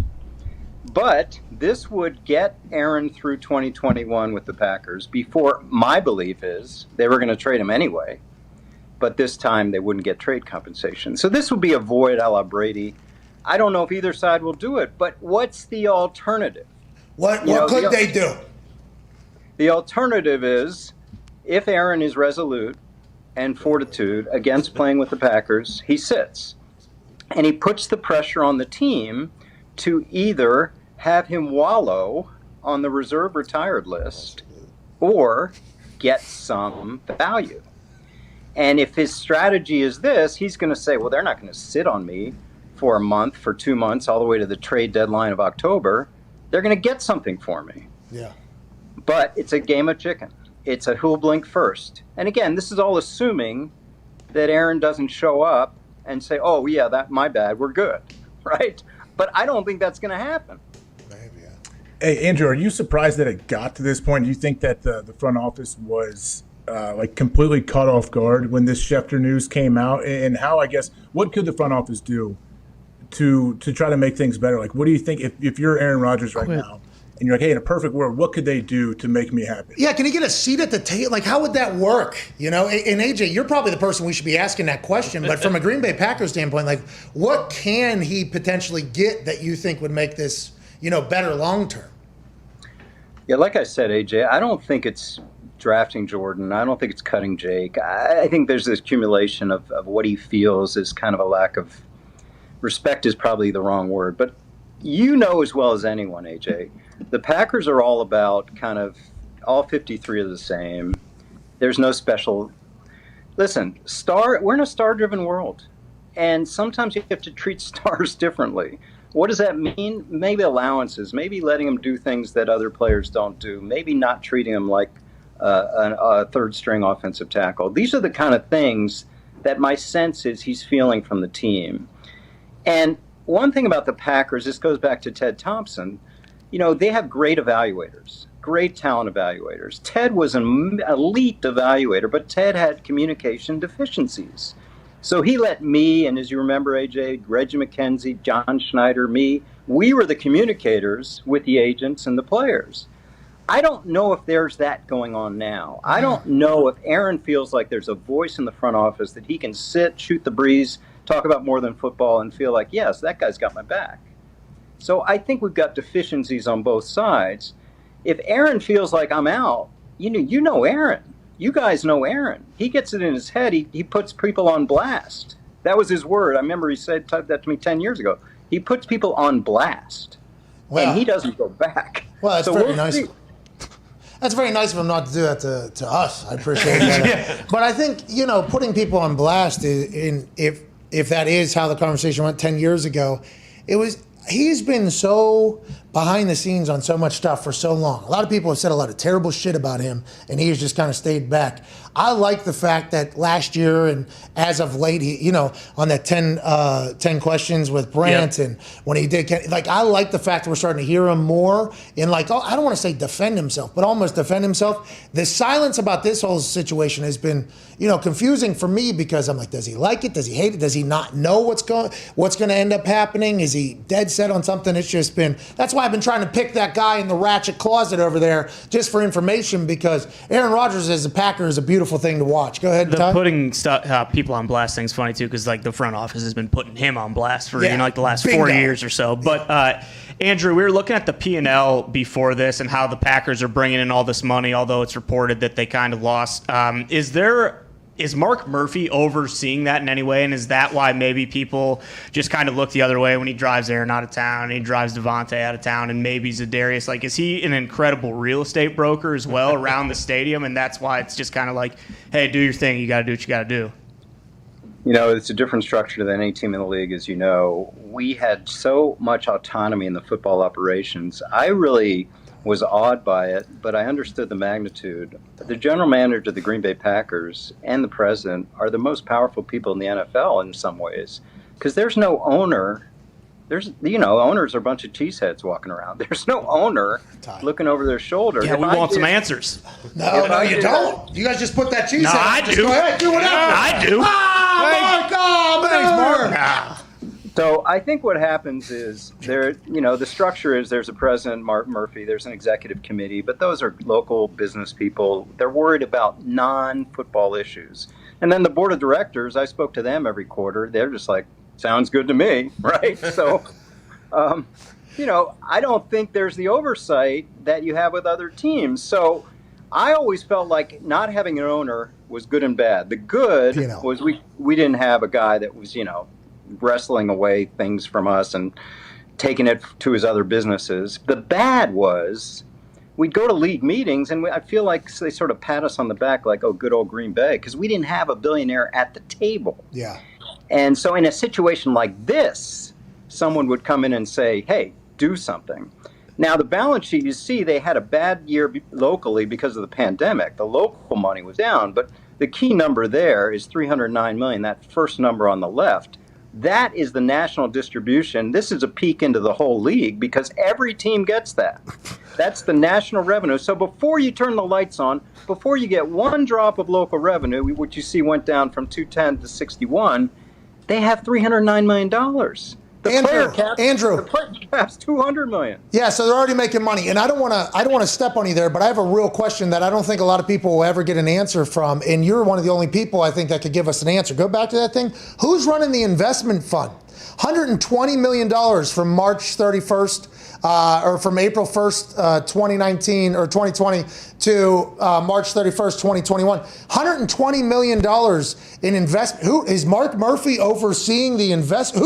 Who's running that? And if that's going to, is that something that's normal? Do they have 9-figure investment or 9, 10, 11? How many figure? 9. 9 figure. Do they have 9-figure investments normally every single year? Who's running that and who gets that money if there's no owners? That just go back into the building? Does that go to where does this money go?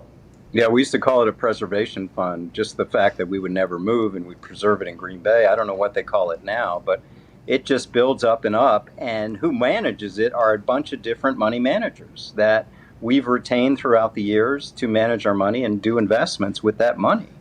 But it's there. When I did contracts, I'm like, okay, we got the cash. I don't know exactly where it's coming from, but we got the cash. So if I want to give AJ that $30 million bonus I gave him, I had it.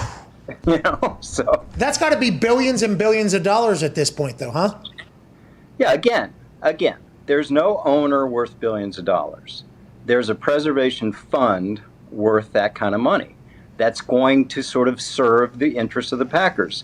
Now, when the Packers make a profit, it's going back in, the weight room and everything else about Lambeau Field. They bought up real estate, as you know, about Titletown. They've invested in businesses around the area of Lambeau Field. That's where it's going. Such a fascinating situation. We can't thank you enough for joining us. Hope you do another card chat. It was like a TED Talk yesterday. And we'll keep an eye on this, and hopefully you'll come back and keep us informed. Yeah, this is quite a moment. And little plug, Pat, I now do a newsletter so people can get all my thoughts. Okay, where? How do we sign up? So you can sign up at andrew-brandt.com. Okay. I got a newsletter every Sunday. I give some sort of unique content like this. Oh, we appreciate you so much. Your brain is a fascinating one. Your experiences are some that we have never seen or heard from before. We appreciate you. Ladies and gentlemen, andrew-brandt.com. Andrew Brandt. Thank you. Andrew! See you, AJ. See you, Andrew. Yeah, that made you a rich man, huh? Yeah. 15 years ago. He was good. I didn't get the chance to ask him if Mark Murphy is the one that oversees all that. I know he said they have money managers, but who makes the decisions on, hey, this is the land we buy, this is what we do? And who picks the money managers? Exactly. Like who? Yeah, I don't know, man. There's a lot when you actually look at how the Packers are structured that is very, very interesting and makes it so different from the rest of the league. Well, and like you said too, like it's up to one person to reinvest in the team, but whose eyes is, who's the one making that decision? And ultimately it's just okay, well, I guess they get to decide everything that happens here. And what happens if that one particular person isn't necessarily doing the greatest of jobs? Right. Who decides? If there's a billionaire's worth of money, just, hey, why don't you go grab 100 of it and just give it to Rodgers and just let it be. And just say, hey, we're sorry. Sorry, here's $100 million. Come on. That has to be billions. You remember the what they call it in the war chest? They were collecting people's money out of our check. Everybody's checks were getting a percentage taken out of it, right? We all signed up for that. Yeah. Okay, Sure. as the NFLPA, you know, we were lucky for that. Just take money out of our checks now to save it up for a war chest so we could pay all the lawyers and everything. That, by the way, you also have to get Cobra insurance and pay for that yourself. But the money that goes into the war chest is for the battle against the NFL. That Jeff Saturday, by the way, is going to have to end up doing in the end. And then we're end up going to losing that negotiation, by the way, or not. But in whose eyes, they were just taking that money. That's like what Green Bay has. All the extra assets, like the extra $100 million they have in cash, that just goes into that chest that's been there forever. Just sits there. Curly Lambeau says, "What's going on?" Just drop it off, dig it in a hole. Who decides what do we do with that money? Is the locker room is top of the line, right? Everything. That's so they do use the money. It's not just sitting there for somebody, because we didn't need a new weight room. I don't know how many years ago, 7, 8 years ago, they built a gigantic new weight room, huge, like new lunchroom. All of this stuff is very, very nice. Locker room, everything's top of the line, but I don't know how many millions that costs. $511 million, March 31st, 2021. $422 million, April 1st, 2020. I mean, that's just all you got to read.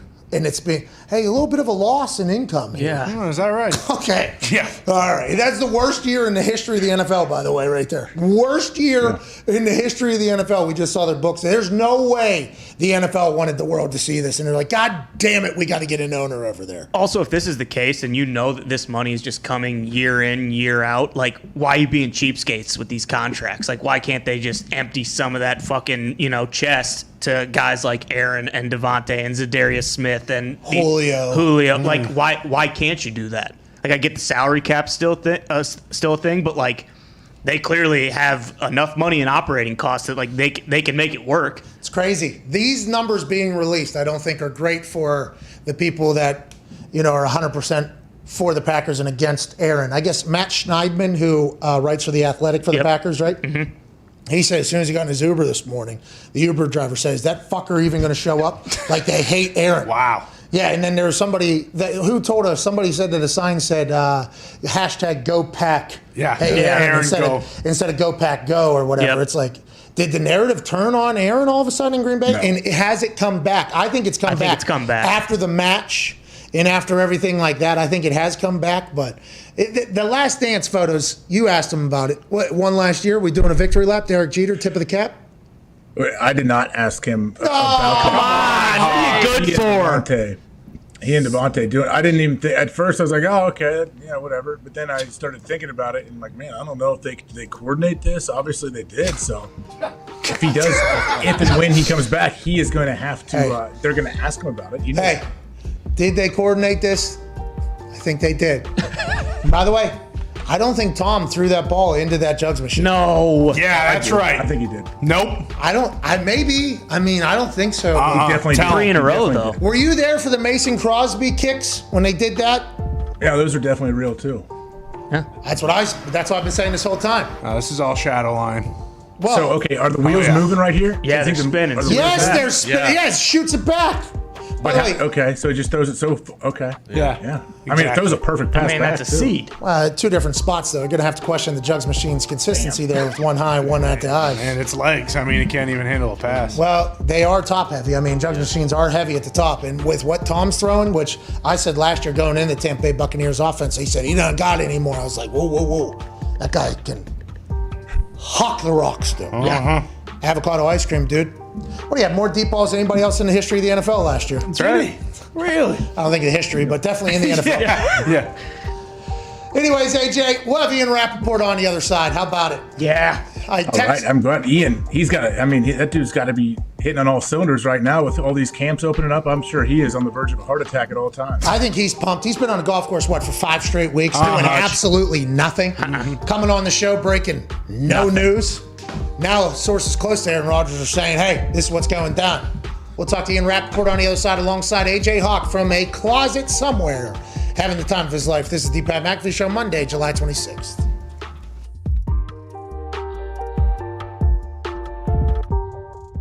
I think I've realized this year with the conversations, you do seem to be a rather normal human, which is very interesting, right? I assume for a lot of people to hear. AJ said, no, you're not a normal human. But because all the stories about you before this year, to be honest, a lot of people, the way they believed is you were the smug king almost is what the thing about it. And then getting a chance to chat with you, it's like, well, that's not the case at all. How is that like something you have to focus on? I assume it gets hard whenever you're hanging out with, Scott Stapp is hanging Aaron Rodgers jerseys up in his goddamn office. That has to be pretty weird. Well, look, I think that's an interesting thing to talk about. I think a lot of times, people have said things about me, and it's been the same few people, and that's been kind of the prevailing story or thing that's reflected on. I think for me, I talk a lot about the work I did on myself. It was nice, and it wasn't intentional. Like, I didn't sign the show to have, and you guys know, we've talked about this off air, but there wasn't some agenda doing this. It was fucking talk to Pat and AJ every week. Yeah, it sounds pretty awesome. It has been, by the way. It sounds amazing. But what it's allowed me to do is, I think, silence all the douchebags out there who were, talking for me and making themselves more relevant by using my name or, running with stories that were not really based in any type of fact. And look, I've grown as a person.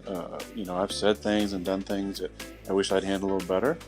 But this was a great, natural, authentic, whatever, whether it was 15 minutes at the stadium or 45 minutes, to just bullshit and have a conversation. If you're a friend of mine, if you know me, I think this is about as normal as interaction you're going to see from me. It's not a lot of BS. You're not going to hear cliches and garbage. I'm going to, shoot from the hip mostly. Tell you as much as I feel comfortable telling. I feel like I've been as honest as I could be. I've told you guys a lot of fun stuff. It's fun for me because then I don't have to maybe rehash it on a Wednesday, or people get to see a different side of you that maybe they didn't even know was there or didn't think was there. And it's been fun for me. I really have. I've appreciated every single week we've done these. And like I said, the best part is there was no agenda. There was no plan. I mean, even us, we didn't know we were going to go 10 minutes or 15 minutes or an hour. We just started fucking talking, right? And then this came out, and it's been a lot of fun.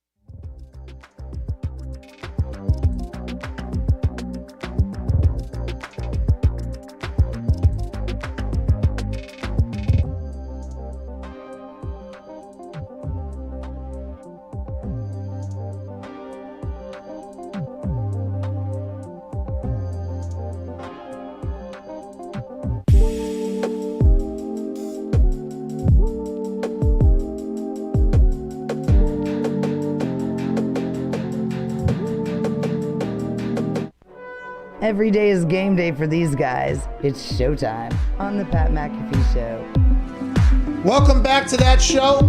Hour 2 here, 1:41 Eastern Daylight Time. It's almost Eastern Standard Time, which means it's almost football season, which means there's a lot of shit to know the ins and outs about. Alongside AJ Hawk, myself, and the Hammer Down Boys, joining us with a man who's breaking all types of news with his sources closest to the biggest news there is. Ladies and gentlemen, Ian Rapoport. Rap, you look fantastic. You're in your suit. There's a lot going on. There's a lot of moving parts. There's a lot of things to talk about as training camp, vaccinations, fines, and all that shit happens. Let's talk about one thing in particular first, then we'll move into all that. Who are your sources close to Aaron Rodgers that say, hey, this is going to happen, that's going to happen? Are you texting with AJ Hawk? No, I don't think I have AJ's number. So it's not Hang on. AJ. Hang on. DMs, maybe. It's not AJ. I do have think you AJ's do. number. Oh. I do. I don't know why. Weird. We've never texted, but I do, as a matter of fact, have his number. It's You're sitting on no, it. I'm not going to say it. No, yeah, you can say it for sure. But those sources that you hear close to Aaron Rodgers that are saying things. And as I read that tweet, it's hard for me to take it serious because we have AJ Hawk on the show every single day, and he said he doesn't really know anything. So unless he is the greatest thespian of all time, has this answer kind of come about recently? And how good do you feel about everything that's going to take place in the tweet that you said about Aaron going back? Yeah, I would say, this really came up in probably the last 24 hours. And there's a couple factors at play here. Okay. Now, first of all, I know that there are people close to Aaron Rodgers who have not heard this. I've also spoken to them as well. Seems like I'm speaking to one now with AJ, too. He's on vacation, too. He's on vacation, too, so yeah. He doesn't look like he looks the same as always. Great job, AJ! Maybe AJ. Hey! Yep. That's all I need. David Bakhtiari, who's close with Aaron, just made a joke on Twitter about, I guess we aren't close, so apparently he has not heard as well. But I will say this. I feel very comfortable with my information. I feel very comfortable with the plan for Rodgers to come back and play for Green Bay this year. I will say I do not know for sure that he's going to be there tomorrow. I do know that his agent, Dave Dahn, and the Packers have had, I would say, consistent discussions over the course of the past several days to do something that would bring Rodgers back to the team and make him happy.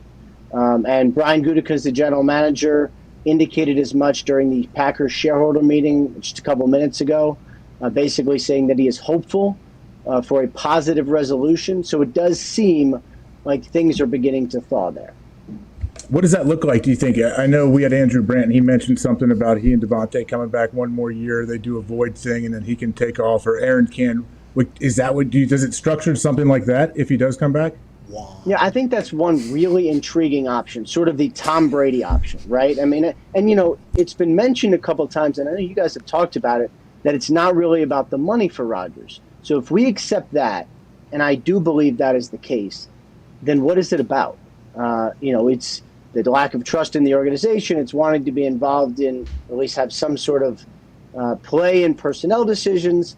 But is it also being able to decide where he finishes his career? I mean, if he does not think that the Packers want him to finish his career there, is there some compromise they can get to, like Tom Brady got to with the Patriots, where he finishes his career elsewhere? I mean, there's a couple different options. And, Michael Silver, my colleague at NFL Network, brought up one where he could cut off the last couple of years of the Rodgers deal, agree not to franchise him, give him a bump this year, and let him go play somewhere else because of what he's done. I mean, there are ways to do it. And also with the Last Dance post potentially leading to a one last run thing. There's a lot leading into maybe a one more year type situation for Aaron, Devontae Adams, and maybe these NFC championship runs that we've been on. If Jordan Love isn't the stud that everybody is saying that he is behind closed doors. We're talking to Ian Rapoport. Let's move on to some other subjects happening around the NFL. $14,000 is the fine amount that Bruce Arians will fine a player who is not vaccinated, who he has to remind what the protocols are.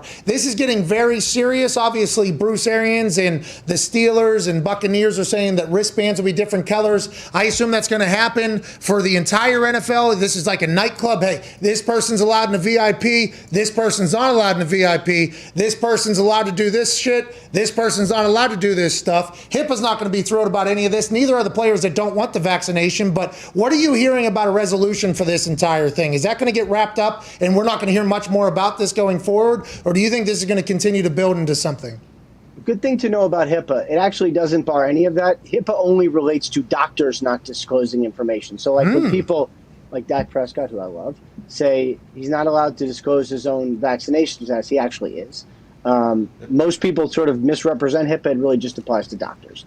The fine amount for Bruce Arians, that is actually in the NFLPA rules. So that is the fine amount now if an unvaccinated player has a infraction, like what would be an infraction? Not wearing a mask in the building, going to see relatives on the road, going somewhere besides home and missing a test during a bye week, like those sorts of things. The fines are steep.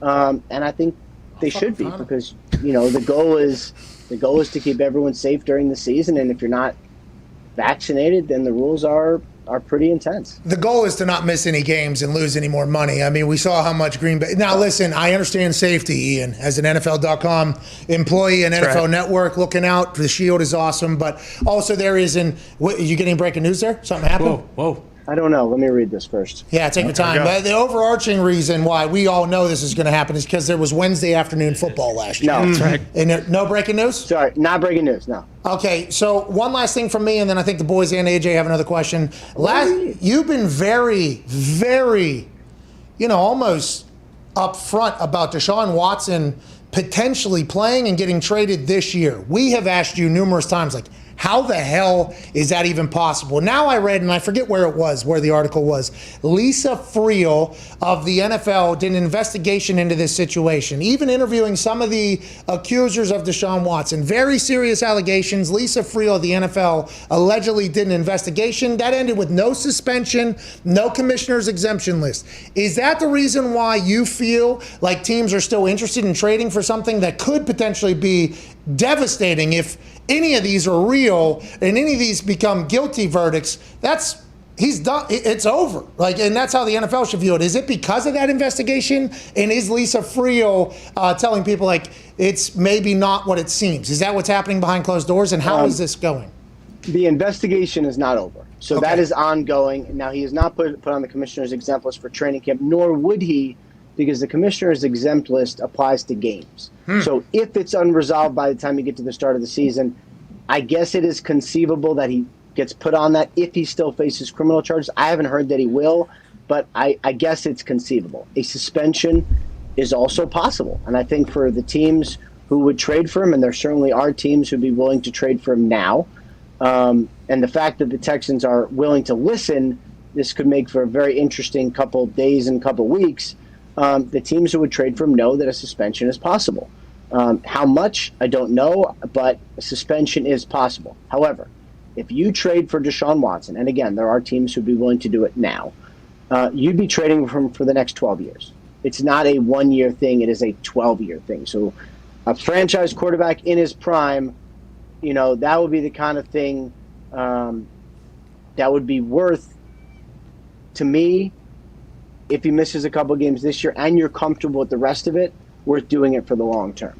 Now, these teams that are interested that you said would trade for him now, it's going to be, 5 first round? There was mixed reports coming out that it was 3 first rounders and there was a mixture of picks and players to 5 and 4. And these teams that are doing this are selling the future of their franchise without any insight on what's going to happen behind the scenes? Or do they have their own research happening, and are all the teams that we thought were potentially in the mix at the beginning still in the mix? Yeah, I mean, I think it's the teams we all thought, but they are doing their own investigation. All the teams are. You have to be very comfortable with this. You have to be willing to mortgage a lot for something that isn't unknown. He is an incredible talent, and just football-wise, it's worth it. The price. So my understanding, and colleague Tom Pelissero mentioned this as well, at least 3 number ones. I don't know about the 5 high picks. I haven't heard it quite like that, but at least 3 number ones plus more. And if we're talking franchise quarterback, that's what it would be. I mean, if we're talking, Russell Wilson, we were talking about that early in the offseason, that's the price.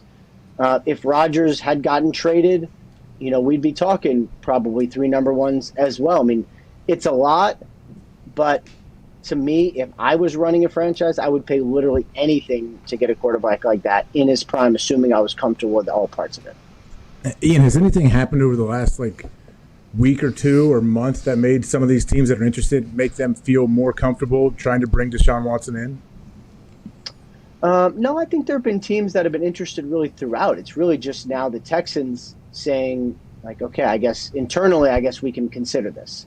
Watson was in yesterday, reiterated his trade request, didn't meet with some members of the team brass, and it didn't sound like they were able to persuade him or even attempt to persuade him. So I think that was probably the thing. Once he got in, started the process of coming into training camp, met with some people, all right, let's at least consider this. But no, I do think teams have been interested kind of throughout. Go ahead, Diggs. He just answered my question. It was why now are the Texans open to trading? Yeah, and he did show up to training camp, and they said it was awkward, but they're doing their thing. The allegations are so serious, it's insane to me. Go ahead, Connor. Yeah, rap sheet. Frank Reich ended up testing positive for COVID-19 today. Does that change anything with his rules going forward because he already had COVID, or is that still another guy that would have to get the vaccine even though he just got it?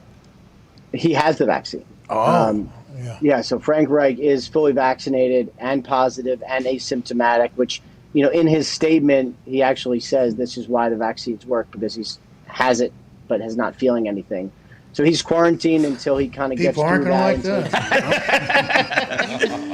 There's going to be some people that are very angry with what Frank Reich just said. I mean, the mentions are already, you know, not for the faint of heart. But mention anything about COVID on the Twitters, and that's generally what happens. You're not a doctor. Shut the fuck up, Ian. I mean, there's just I've said it. You know, like, hey man, whatever floats your boat. This is just, you know, this whole thing, man. It is a very, very, very hot topic. And then now you said that the NFL protocol is a $14,000 fine for non-vaccinated players. That's not just Bruce Arians. So that means, and a meeting, then somebody had to fucking fine them. Somebody had to say that, just like fine them. I think it's going to get to the point where the players who are against getting this particular vaccine, they're going to end up getting it. It's going to be I think this is going to get very quiet. I mean, if it's a $14,000 fine for a potential mask off, and if they're still. And the rules are so different for unvaccinated. 140 tests versus 14 tests. 14. Crazy. I just think it's going to get to a point where guys are either going to get run down with it or just kind of go about it. And by the way, people aren't going to like that either, but nobody's ever happy with anything except for us whenever Ian Rapoport joins us. Ladies and gentlemen, host of the canceled show, Rap Sheet and Friends, from NFL.com and NFL Network, Ian Rapoport. Thank you. Yeah, I think guys are going to get run down with it and just say, fuck it. Do it. Give it to me. Does it matter which vaccine they get? I have no idea. I haven't dug deep enough into the weeds to know that answer, but I do know that about week 6, week 7, when you're getting the equivalent to 140 tests through an entire thing, and you got to wake up at like 6:30 to get that test, and you got to sit off on a table away from everybody else with the thing. I mean, it's just, I think it's going to get to a point where the NFL is just going to stare down these players and be like, is that right? Okay. One more week. Yep. Well, is that right? Sitting all by yourself on your own bus, not allowed to do anything, have to wear a mask while everybody's having the time of their life, have to shower in your own. All right, one more week. Fuck it. Test them 10 more times. You guys would know, how big of a deal is it to, like, on your bye week that now these guys can't go anywhere and they have to go into the facility every single day and get tested? Depending upon when your bye week is, this is a massive ordeal. This is a massive ordeal. Plus, with 17 games, 18 weeks, the NFL is getting their point across, and they have dug their heels in. This is how it's going to be. Fuck off. All right? That's it. You want to play? This is a right. This isn't a right. This is a privilege, okay, to be here. That's kind of what the NFL is saying. You're going to be the reason why we don't have a fucking game? I don't think so. No. Okay? Go ahead and get that shot, and let's keep it fucking moving and keep your mouth shut. Is basically what they're saying, and it's going to work. It's going to work, by the way, I think. It's going to have to. I think you said like week 5 or 6. I think 2 weeks into training camp, guys that aren't vaccinated are going to be like, man, like, no matter what their stance is, this is just, they see what it's like right on the other side of what life could be. And it'll probably cost a lot of guys, or a lot of guys be like, okay, now I have to do it. Perfect and timing. Some guys won't. Hey, perfect timing. You sent the Sirius XM listeners right off on, I'm going to have to do it. Boom. Yeah. That was great. You crushed it. Do you have a clock in there? No way. No clock, but I thought it was weird that you paused and gave me a second to talk. I knew we were going to a hard out. Yeah, I didn't know, because we had like 14, 15 seconds. So I thought you could hit it like in, and then I could get an hour threes on the other side. I don't know. I don't always do well, but I'll tell you what, you hit a fucking home run, pal, with your eyes closed. All right? I mean, if you couldn't see what time it was, you crushed it. We got about 5 minutes. Are you just going to sit there? What do you mean? Like, we got 5 minutes until hour 3 here. I'm probably going to go run to the bathroom, enjoy like the air conditioning. I might, go do something for a minute and a half. Are you just going to sit in that room that you're in right now while you're? No, I'm going to run. I'm going to run out and see what's happening. I think my Axel dumped his pants a little bit. Axel's the best. I can't wait to meet him in person someday. We'll see you in about 5 minutes. Cheers. Did you hear everything that was being said whenever you were potentially? Just from you. Oh, so you did hear it. Okay. Yeah. Okay. So let's address it. Hold on. All right. You can be a hater. No. And you can Whoa. change. Carson. You can change. We can change. No, at the moment I was at, okay, Carson. You know, with the Daily Show, the live Daily Show, you know, we can potentially get referred to as prisoners of the moment. You probably did hear me say some things. That was at a much different time. Backtrack a little. No, It's cool. We're here face to face. You can change. People change, all right? By the way, you are much bigger than I thought you were. Oh, yeah. When Jalen gets drafted there, was that the beginning of it all? Was there a miscommunication? What happened between you and Doug? Because they were saying it was fractured beyond repair. Yeah. What happened there? Is all of that accurate? Is that all kind of getting blown out of proportion? Yeah. And where did it start? For one, I don't like to ever come out and say reporters aren't telling the truth because I don't. But Orlovsky does it. I'm not. I'm not going to dispute every report that's out there. You know, the way the season went obviously wasn't ideal. When Jalen was drafted, that had no bearing on me. I trusted the organization. I signed that contract. You know, I was devoted to them, and I felt like they were devoted to me. So I trusted the pick. You know, that had no bearing on my confidence or my abilities. You know, the season unfolded not how I would have liked it. Personally, I could have played better. We lost a lot of games at the end and just didn't fall into place the way we wanted. But there's a lot to learn from it, you know, as a man, as a player, and all those things. And, you know, I have still a lot of respect for Coach Peterson, and I think without a doubt those reports are very exaggerated. Like I said, I don't hear a lot of them. They come to my attention from my agents or different things. Yeah. But I have a lot of respect for him, and it was unfortunate for everybody and how the whole thing kind of just went down. There was a couple still shots that made its way around where you and Doug Peterson appeared to be giving each other a nasty look. I saw those. It's not true. Not true at all. Oh, you were not saying, I wish you died. I don't even think I was looking at him in those shots. So I did see that. I'm like, of course, they're going to play this one up. They're going to make a story out of anything. That's how it is. So, but yeah, that's not true at all. Okay, so I'm happy to hear you weren't giving Doug Peterson death looks. Like, you never thought, like, oh, football isn't for me. Like, there was never a thought where I don't like football anymore. Or I don't want to be in this bullshit league anymore with this business. There was never a thought like that? No, I mean, don't get me wrong. The way the season went, I mean, it was frustrating. And People so have those moments. that's why I stepped away, and it almost rejuvenated me. You know, it's almost like last year pissed me off so much. I want to come back in a different way and do everything I can. I am thrilled to be here and to have this new start, new opportunity. And community seems amazing. Fan base seems amazing. Like we said, it seems like the perfect fit.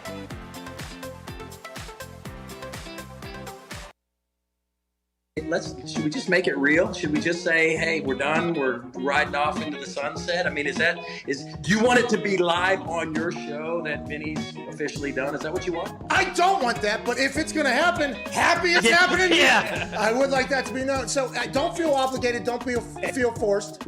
Put it this way. Hey, let me see. Today is what, Wednesday? By Friday, if paperwork goes in, you heard it here first. First of all, congratulations on a legendary fucking career, dude. In a game that revolves around the score, okay? That's how they pick winners and losers, is in a game in which they keep score. To be the all-time leading scorer in scoring sport, I think many would say, hell of a fucking job. Yeah. Unbelievable. South Dakota kid, you didn't have an easy way either. You went over to Virginia to train. You're a high school teacher, I think, or a substitute teacher. Then you go to the World League over in Amsterdam. Somehow survived the off-the-field activities that you could have fallen into. Stayed focused on kicking. Go into New England. Beat out Matt Barr at some point, even though he had an incredible career. Win Super Bowls. Memorable moments. Biggest moments in the sports history revolve around your foot in a lot of cases. Congratulations, man. You're the fucking best. I was honored to be your teammate. Yeah.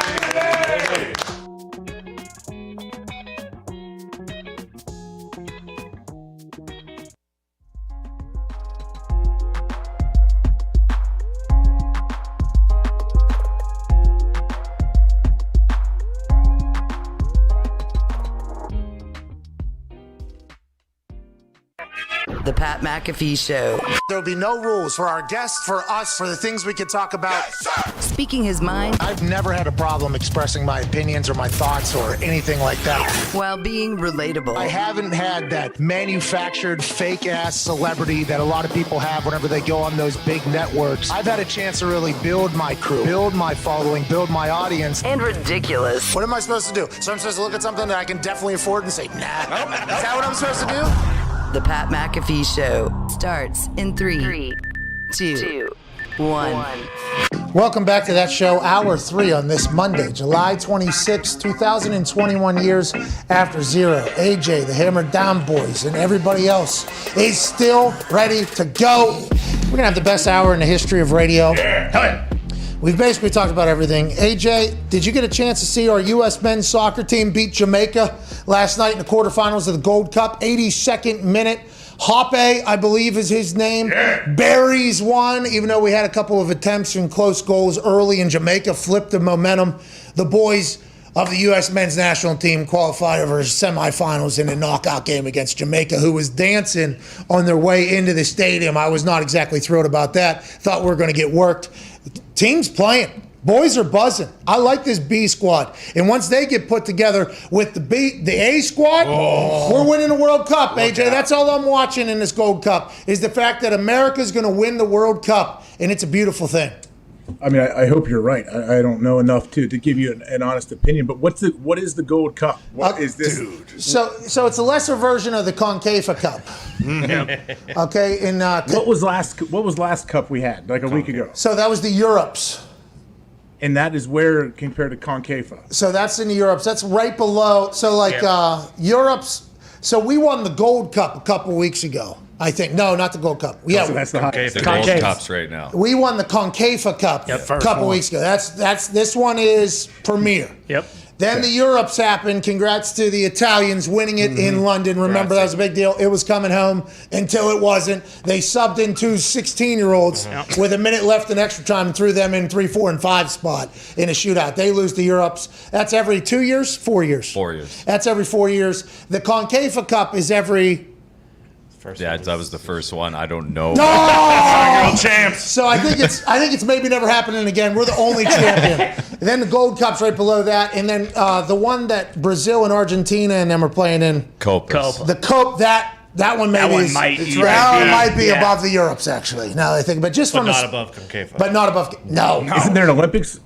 Aren't there Olympics? Olympics are the F teams. The Olympics are the bad teams. All right, the Olympics are the bad teams. Don't worry about that. Except for in the women's division, which we lost early. We need to get heated up, which we will. It's early. Sleeping on cardboard box beds. Exactly. We won 6-1, right? Who'd we beat? Bingo. There it is. Bingo. We're back. Just the same thing is going to happen to the men's basketball team and also Katie Ledecky. Yeah. Okay.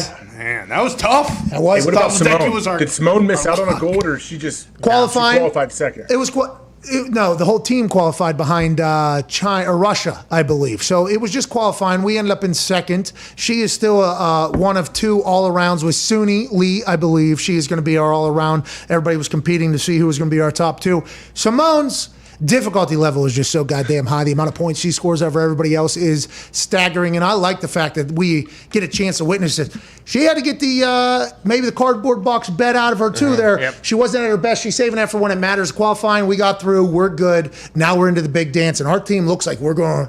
By the way, we're going to stomp the shit out of everybody. Hell yeah! Hey, we got some Suni on the bars. Oh, magnificent. How about, did you see Simone's spin on the beam?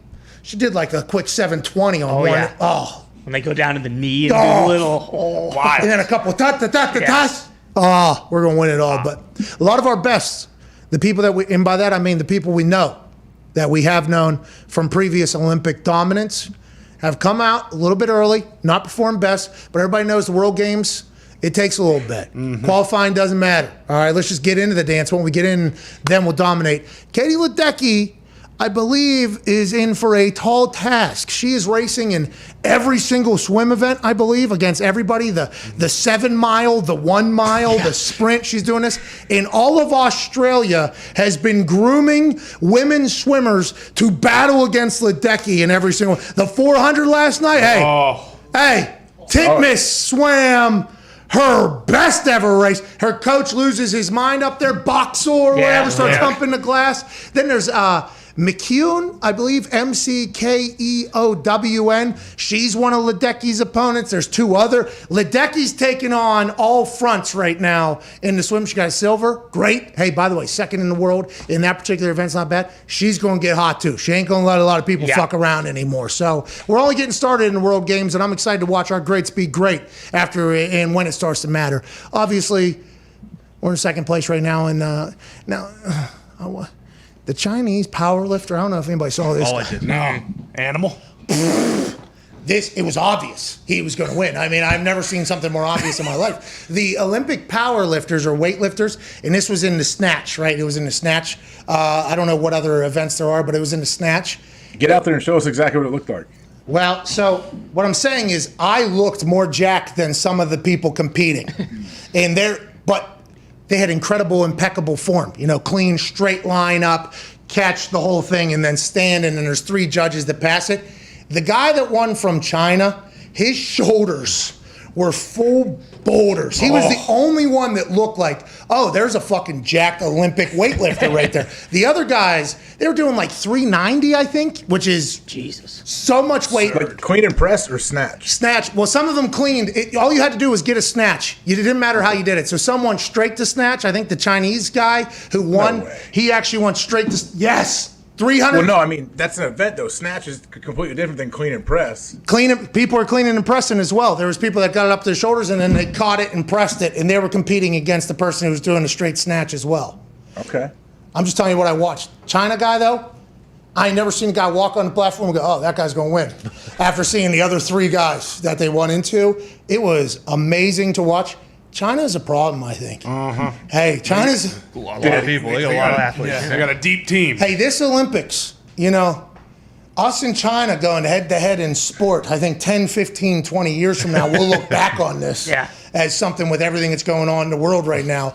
If my spider senses are accurate in dipping into other people's timelines of shit that I don't fully understand. Good news. Oh, my God. No, I was just going to say, doesn't this typically happen, though? Like, countries like these, like at the start of the World Games, they will, like, all these Mickey Mouse events come out, and, like, they clean up on those, and then, like, all the important ones come, and we just fucking eat. Can we please, and I put this tweet out because I was starting to think it, and people were tweeting me about it.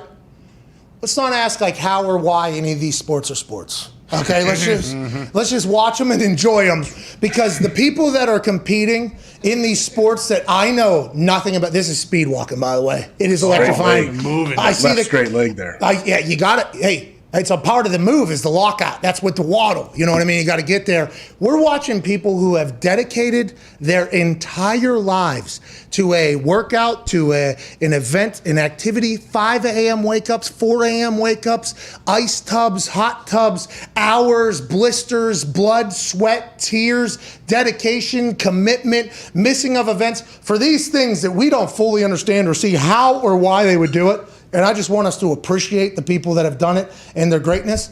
But it was hard this weekend to take everything serious when I was watching. Oh, yeah. Is this the best that the world has? I want to know. And then you start watching, it's like, probably. And then you start going, how did you dedicate all the hours that it must take to get to this point to do this? Like, at what point did you push? I'm thankful you did.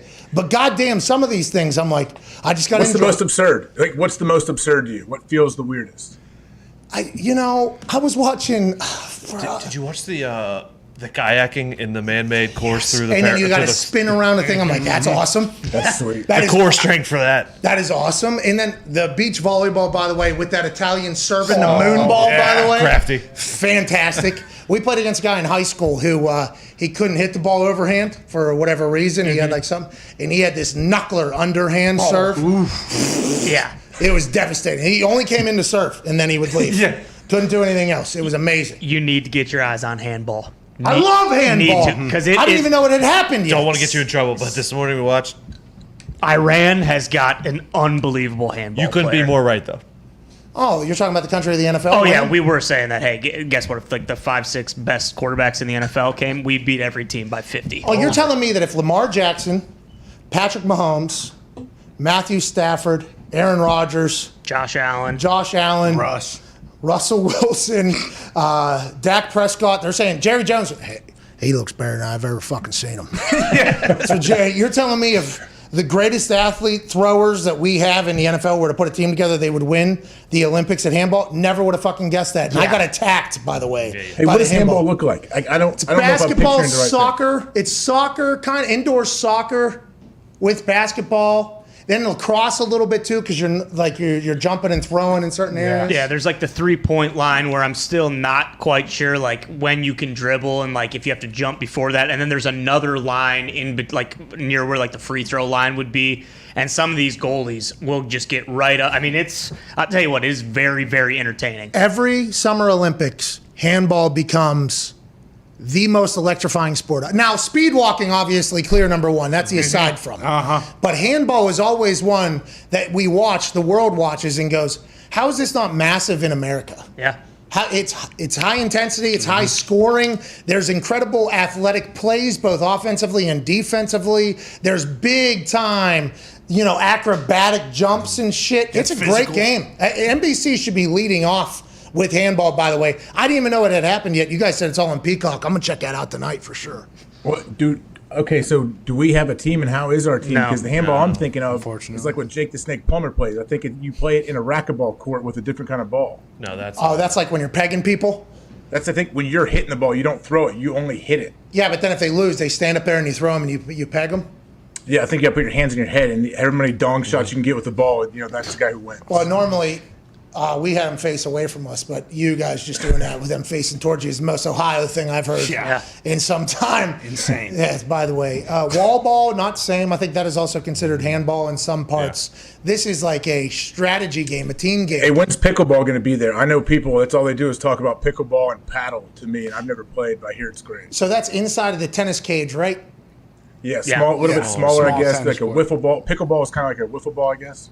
Yeah, like skateboarding. Did you watch skateboarding this weekend? We got a guy named Jagger Eaton who was fucking vibing the entire time. Nyjah Houston, he had an unfortunate fall that could happen. It was skateboarding in the Olympics was really cool. What, golf? This is the first time, right? Second time. Second time. John Rahm, this poor bad luck. Twice in a month. Sorry, Johnny. Bro, and he's vaccinated. Bryson too.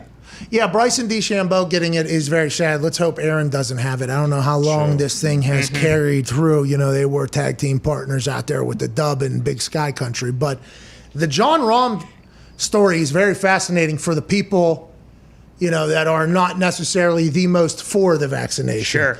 About how this guy lost out on millions and millions of dollars in Ohio. Then he was flown in what was it? An ambulance? Air ambulance. An air ambulance back home because he had to be isolated.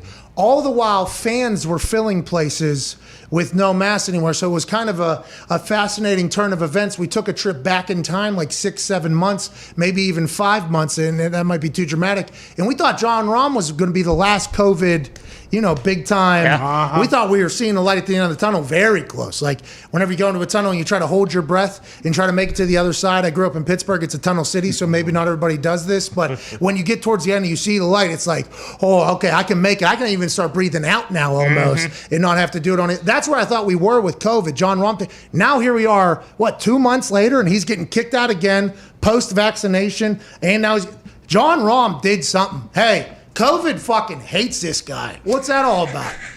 So was he already over there, or did he, like his final test before he went to the Olympics, he tested positive?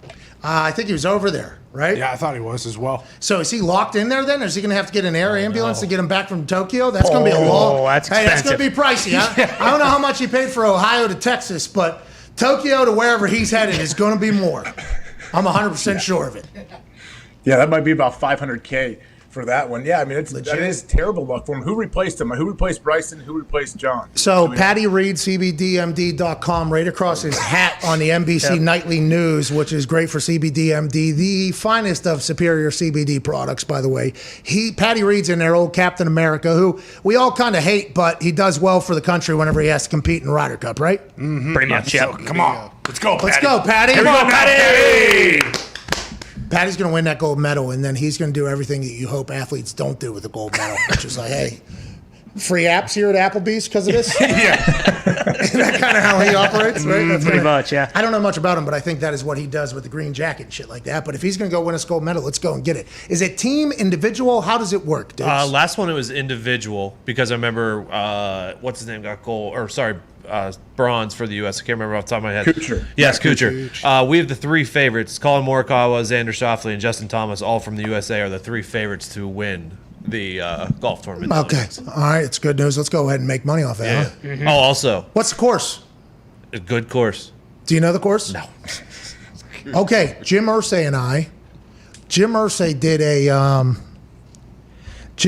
did a like a par 3 tournament when the PGA came to Indiana to play at Crooked Stick. He did a thing for the first tee, which I believe is providing money and tee times for people that wouldn't kids that wouldn't normally have it. It's this whole thing. And he has a par 3 course around the practice facility, okay, that was built and never used. But it was put together by Pete Dye, who, like, Jim loves the sport of golf, I guess. And whenever we were doing that, we were waiting because we were going to shoot a couple things for the PGA and some other stuff. And I wasn't asked to really say anything. So I'm just kind of standing in the background. And Jim comes rolling over on his golf cart and we have a conversation. I was like, I knew you built the course out here. You love golf. He goes, oh, I love golf. I love golf, brother. And then he walks up and then somebody that was with him is like, Jim will golf all the time, literally. We'll go to a place, and I guess in Tokyo, he called the place and rented the entire course, I guess. Because he didn't know when he was going to be able to get there. And they let it happen, and it's his favorite course on earth, I guess. I forget what it was, but he rented the entire place for an entire day because they didn't know when he was going to get there, and he went out and played. And I guess there were some world leaders probably that played with him there. I think it was in Tokyo. It was something like that, but I guess there is like great golf courses over there. Like they love the game of golf over there, from what I've been told. Kasumigaeski Country Club is my best guess at it. I could be wrong there. I will say this about the golf tournament. Watch out for the South Koreans. They dropped out of the Open, the British Open, because if they win the golf tournament or medal in the golf tournament, they don't have to do military service for the next 2 years. Is that actual? Yes. So Sung Jae-im, Siwoo Kim, they dropped out of the British or the Open so that they can practice on the Olympics, yes. And if they win, they don't have to do the obligated military service at a certain age that all citizens in South Korea have to. So I'm betting on them. Yeah, it's a pretty big prize. What is that? Are you kidding me? What is that? What is that? Sung Jae's at plus 2,700 and Siwoo's at plus 4,200. I love that the country's even like, hey, listen, everybody says you got no shot. How about this? If you don't medal, we're sending your ass to the military. And by the way, we don't know what's popping off anywhere over there at any time. Okay, that's some motivation. Has the rest of the golf world heard about this and maybe looked out for their friends? That's what I was thinking. Hey, let's let them get a medal. Hey, if it's a gimme, go ahead and just do a little rim job. I mean, they're good guys. You like them. They're Patty, nice on Patty the tour. Reed ain't. Patty Reed, go to war, pal. Hey, sorry, bub. I don't know if we're allowed to have this reaction to it, but how many more weeks is the World Games? I mean, has it technically even started barely? Like, I know stuff's going on, but I feel like they haven't made a big enough deal about it. I understand you're on vacation. But Big Enough Deal was on NBC, USA, CNBC, MSNBC, and everything's on Peacock. They've tried to make a big deal out of this. The only reason why I think track and field. When I watch the track and field, that's when I feel like the Olympics. That's when it's in its prime. See, okay, so you're a big track and field guy because it's unbelievable to watch people fly around. You ran a 4.4 or something. You probably enjoyed that. When gymnastics happened, that's when I'm like, okay, the Summer Olympics has happened. Now, I did not know. Were you doing Taekwondo and didn't even know it in that one? August 8th, by the way. In that one, August 8th is when it's over? Last day, yeah. Okay, so we got nothing but time here to enjoy this thing. When you were doing that jump kick thing back and forth, were you trained? Is that Taekwondo? Wow. So fast. How do you pull that up so fast? Well, it's in the back. We got that thing on deck. It's one of the greatest videos to ever hit the internet. I think you're doing trunk shots here, by the way. That's 1 point, 2 points, 3 points, 4 points, 5 points. If you hit a spin in there, that'd be worth more. I don't know if you know that. Did they teach you that? Well, I tell you what, that left foot is pretty powerful, man. I'm blowing that dude back like 3 yards. That's good sell by that guy, by the way. The other guy's kind of no-selling you a little bit. The other guy's too strong. This was Taekwondo, though, and I'm not sure you even knew it. Did you? I mean, you know what? I may have to, whenever the Olympics roll out next time, in a couple 4 years, I may have to get back into it and try this. Okay. Still dream, you think a lot of people dream of being an Olympian still? I think so. Oh, yeah. The amount of hours and dedication it takes to these, like watching the swimmers, and just thinking of what our high school swim team, none of which were anywhere near Olympic level, nowhere near it. Okay, they were in there 4:30 a.m. I think, swimming laps in there.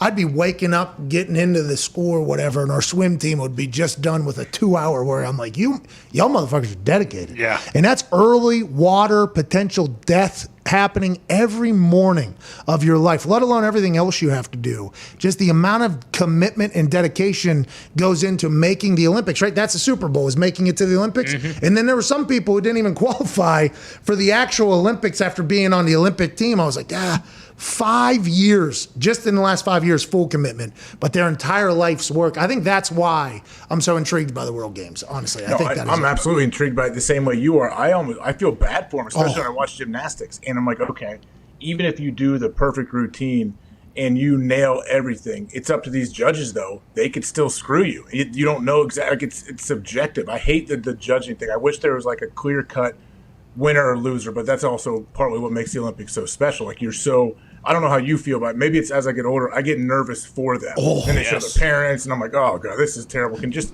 everybody win? Let's just give out participation. Yeah, and I don't want to be that type of parent, obviously, because I'd like little Midas Michael to have a fucking killer instinct and want to go win. You know what I mean? That'd be awesome. But as those swimmers are sitting on that thing like this or whatever, Yep. and they do that big zoom out, and I just think of one of them accidentally, boom. You know what I mean? Because they hold it, and then they stand there, and then it's, and they have to jump.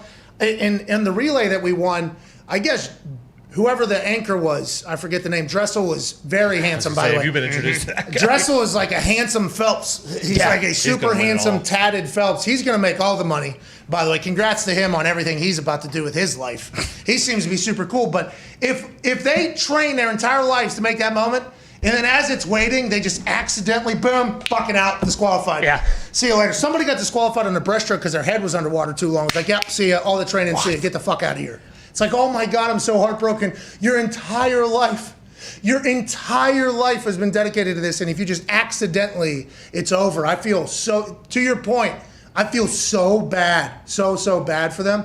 But also, it's like, I guess they chose that life. Yeah. So I guess we just got to act accordingly. Well, it's like with gymnastics too. Like you could do something perfectly, and then you get on the balance beam, and if you fall off, it's just like you're fucked. You're done. Like everything you trained for. Sorry, any of those events, like your knees wobble a little bit, like you're screwed. I saw that. Hey, did you see the gymnastics guy? It was last night, I believe. They were like, "Oh, this guy is far and away the favorite. He's gonna kill everybody." It was the uneven bars, and he fell completely off the bars, the two bars, right? It's uneven bars. Yeah.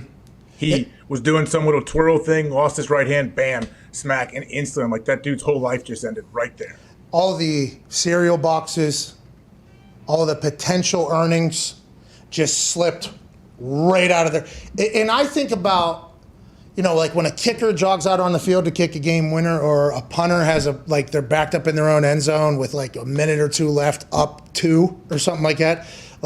For guys now, I get so, I'm like, oh my God, fucking make it. I hope you make it. But for all these Olympians, I'm starting to experience that, because it is like do or die with every move. Every move is, you're either going to be able to be recognized for the rest of your life as a champion and be able to profit off of that, or you potentially lose, and all of it, I don't want to say it was wasted, because you did become an Olympian and everything like that, but it's just two very different lives, all because of 1/8 of a second situation. Yeah. It is, I think that is honestly why I've been enjoying watching so much, because as Zolotich, our 18-year-old American woman who won the gold medal for the first time ever in Taekwondo, she had the lead, and there was like 15 seconds left or 16 seconds left, and I didn't fully understand how the fuck they were scoring to begin with, but I was like, oh my God, like hang on, and then all of a sudden a point goes the other way. I'm like, oh no, we're gonna lose.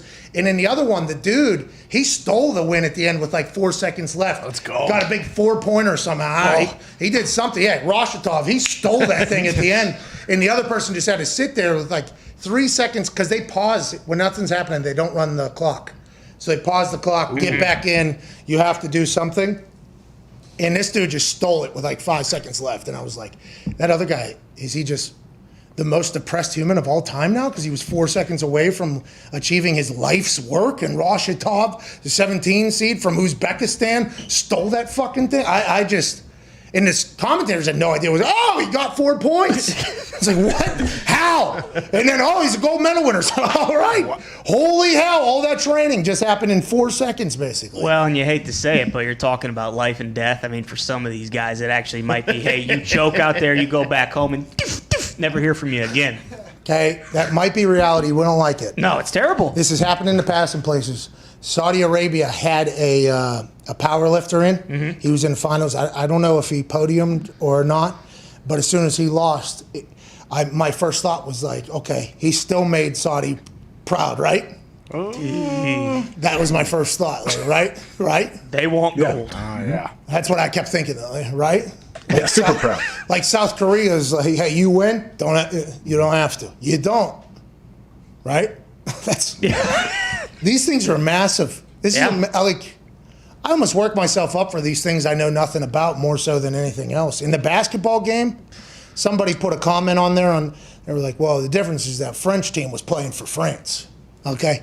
The American team was just going to play basketball. Whoa. Oh. I was like, I guess, yeah, you're 100% right. I wish the French team would just go play basketball next time then. Yeah. Not play for France. Damian Lillard said that too. He said these players are way different playing for their country than they are in the NBA. Yeah, representing, you know? Like, hey, the local boy done good, put the country on his back. And then our guys are out there, just give me an ISO here. Let me see what I can do. Sickening. Allegedly, behind the scenes, Connor. Oh, yeah, that they're not enjoying Popovich because Popovich wants them to run his offense, which it seems like every other country is doing. But they just want to do the isolation like, hey, I can just do it on my own. I mean, Katie had like 10 points last night. It's terrible. A lot of people are saying Popovich is a bad coach. This guy can't figure it out. Steve Kerr was out there doing interviews at halftime yesterday or 2 days, whenever that game was. I didn't know Steve Kerr was also on the bench over there. But a lot of people are blaming Popovich, and now there's rumors that Popovich is actually trying to put in, hey, this is how we got to win in international allegedly. Now, who knows what I know? I don't know anything. It did look like they were running good fundamental basketball offense, though, on the other teams that I've watched. Yeah, what I heard was similar to that was Pop wants them to run plays, like scripted out plays, stuff like that the Spurs run, instead of just kind of like a philosophy with like the motion offense or something like that, where they can be a little more free. Yeah, triangle offense, free. If this, then this. Are the Spurs the only team, though? Like, are the Spurs the only team in the NBA that actually run like set plays? You watch any other games, like, okay, here we go. Who are we going to ISO this play? Phoenix, Milwaukee. I think they run set plays. Utah. Somewhat. Well, I don't know anything about Utah other than they were the first ones to kick their fans out of the arena when the COVID happened. That's right. Well, then last night. What? Gobert. The initial. Rudy. Oh, yeah. I saw takes down the Americans again. You know, and then Poirier, okay, Poirer. I flip over to the game. Poirier, okay, makes a shot, gets fouled, hits the free throw. And the commentator, whoever it was like, cannot let Poirier heat up. Okay? So I put a tweet out mocking that, like, can't believe we let Poirier get hot. Everybody, you mean Fournier, you fucking idiot. It's like, no, I'm watching the game, and this is what I'm being told right now, is that Poirier just got hot. But that team was they were all 9 foot tall. France was bullying that team. And I believe we play Iran next, and they got about 6 or 7 guys who are 7 feet plus. If we don't beat Iran by 50 plus, every guy on this team should never be able to play in the NBA. The line is 47. Oh, it was 37 and a half last 41 night. 41 now. Okay, so I hammered them at minus 37 and a half. Smart. I didn't know if it was smart or not, actually. I was, as I was putting the money down, was like, who on that? Who? Maybe Devin Booker gets in late and he just starts going ham? Like, who is going to put the foot on the throat? And they lost by 10. It was 89-79. I don't think any of these international games, aside from Doncic, he scored 48 or whatever.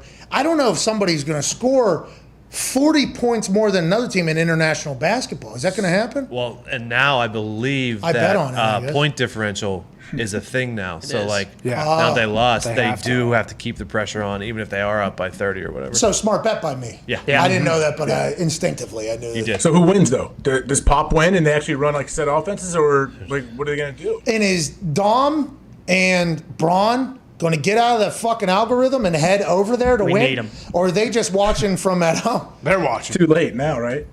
No, they already saved the Yeah, they universe. saved it. Wait, good who's to go. Dom again? His son, dude. Son, dude. Bro, he created Dom. Which one? The one he loves or the one he hates? Hates him. Can't Oh, he stand loves him. them both. Yeah. Spoiler. He does like the one that doesn't like basketball.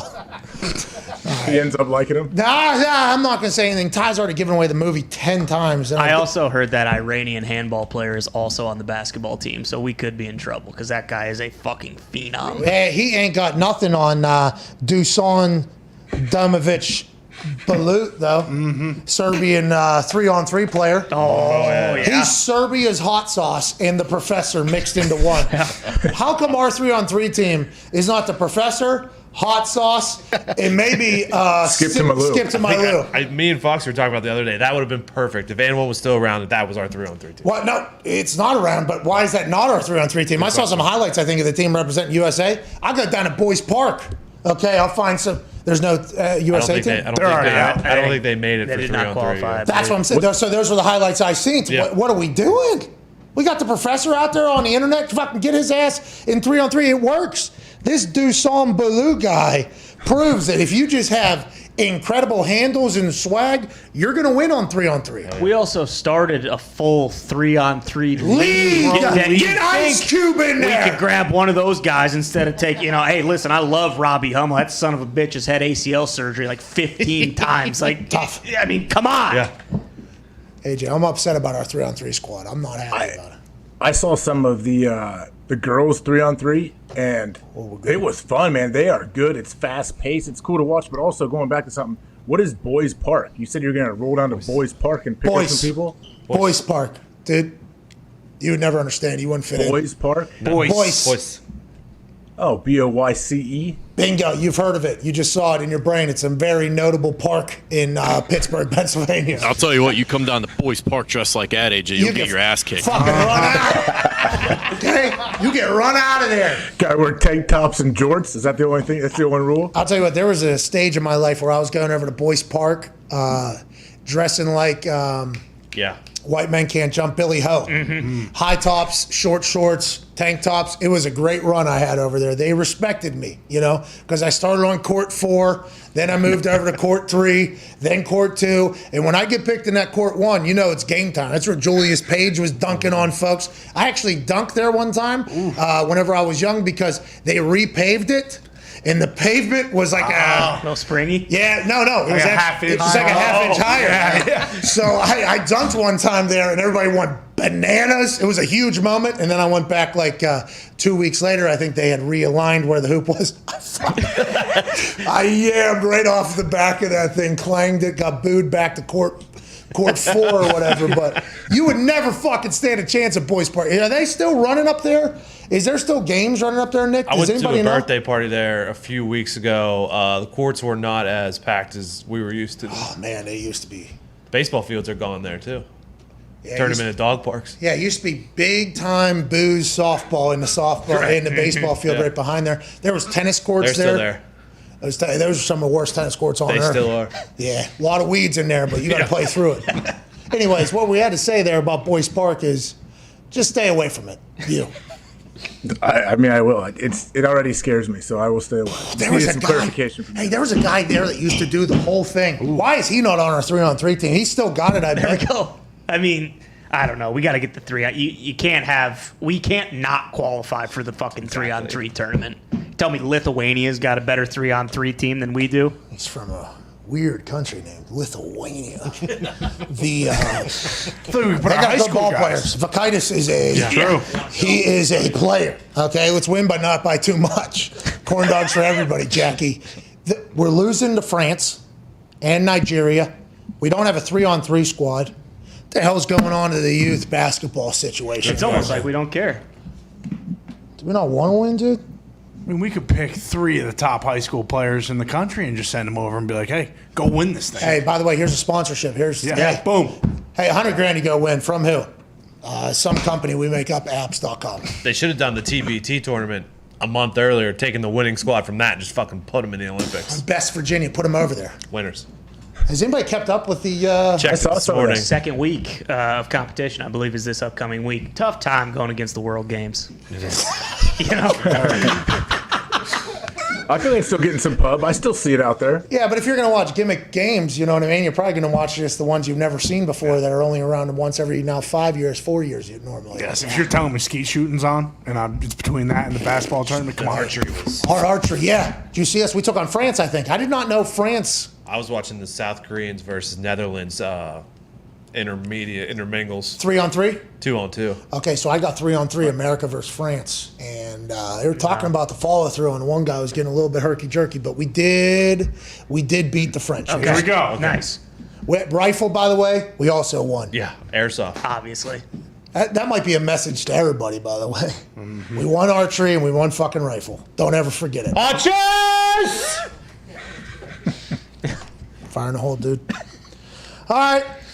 Let's get to a break, and then we'll end with some phone calls. 1-833-4-McAfee. Building on last week's news from the hills of Humboldt County, the football fan experience of a lifetime giveaway keeps on churning. No. The Game of the Year sweepstakes. Any NFL game, any city, any time this season. Winner and a +1 get free flights, luxury hotels, and great seats for the game from our friends at Canadips. Wow. All you got to do is head to CanadipsCBD.com. That's CanadipsCBD.com and click the link on their homepage and you'll enter.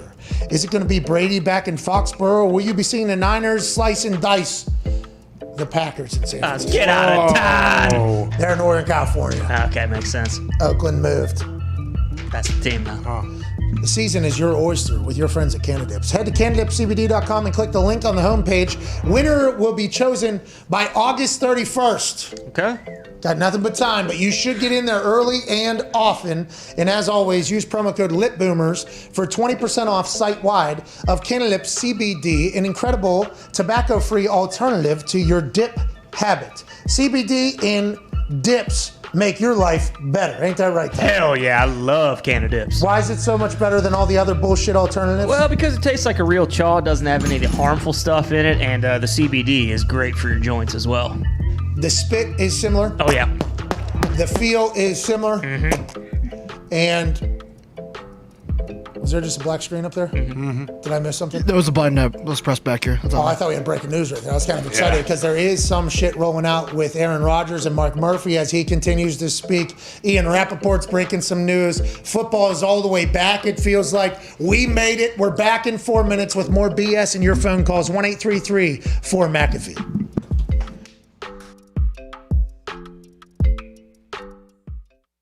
What's the most beer you did in one night you think of one of those shows? Well, I never forget when we went to Japan one time. Dudley, Stacy Keebler. I mean, there were so many people out there. I think we went through 103 or 108.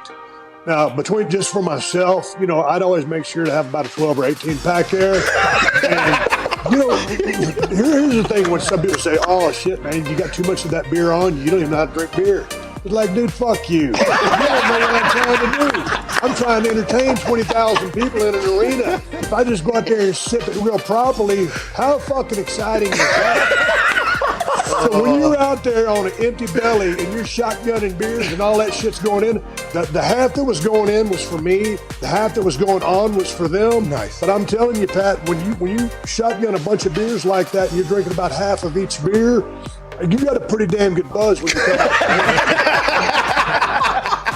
And that's a sacrifice I was willing to make every single night. I would assume you were pretty fucked up, yeah. When did you start self-cheersing? When did you start self-cheersing? Was that something you did in college? You're like, hey, Steve, good for me, man. When did that start? No, you know what? I got to give credit to Sandman for starting that, but he was bashing him off his head, and I don't remember, and it wasn't because Sandman was doing it, so I don't want to say I copied him, but he was the first. So, and then my style was, because people always get us confused. They'll say, yeah, man, you used to bang them on your head. No, motherfucker, I was the guy that clacked them together. It was just something we came up with. I don't know how the beers got introduced to the ring, but it became a thing, and we ran with it.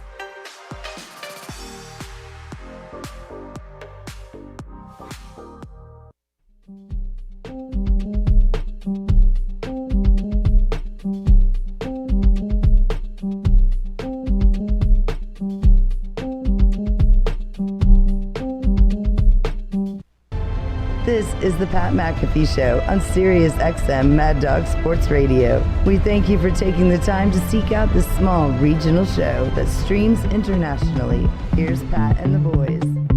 Welcome back to that show. We'll head to the 5 Hour Energy phone lines. By the way, I forgot about that. That's on me. That is 100% on me. I appreciate 5 Hour Energy coming through as the shot of the office, energy shot of the office, and sponsoring the phone lines. Before we get to the 5 Hour Energy phone lines, though, I think we just found out our answer when you turned your head. A lot of people said early when you joined us that you potentially had a do-rag or a wave cap on. That is just a black hat that you have completely tight around that head of yours. Yeah, I guess there's no writing or stitching or anything to show you it's a hat. So it doesn't look like just this, and it has the bill. I think if it said Travis Matthew like this, you'd be like, oh, okay. Yeah, bingo. And if you wore it sideways, it would definitely be problematic, I think, for you, everything about, Perfect. It would? Sweet. I mean, you look awesome, dude. Yeah. Hey, you show up at Boyce Park like that, by the way, a lot of respect immediately upon arrival. But welcome back to the show, AJ. Mark Murphy said there's no way we're trading Aaron Rodgers. Mark Murphy on whether he knows if Aaron Rodgers will report to training camp on time. No, I don't. All right. Did you see our investment fund? Okay.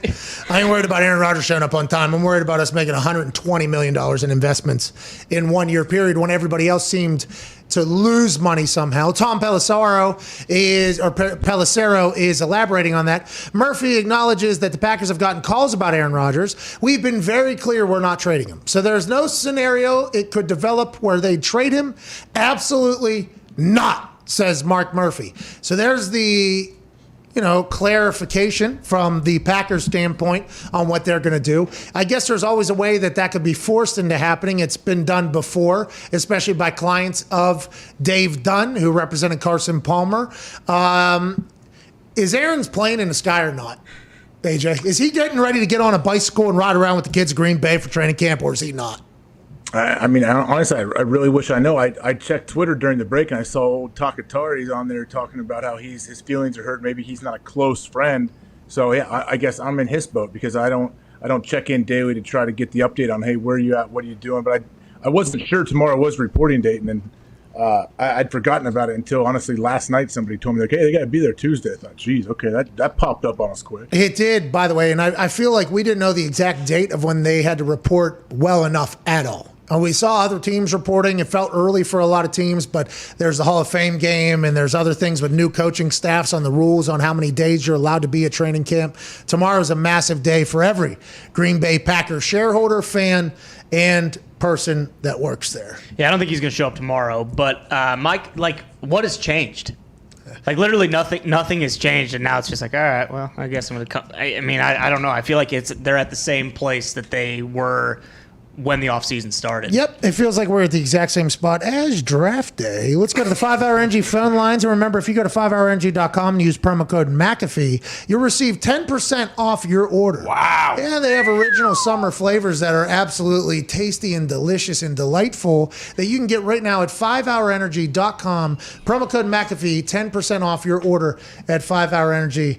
Is everything all right in the back there? It seems like something. It sounds like it was on that side of the wall. I heard in the mics. Seemed like a door closing. Yeah, it's coming from me. It's coming from my side. Oh. Zach's all right. I heard he pooped his pants earlier. Is that him right there?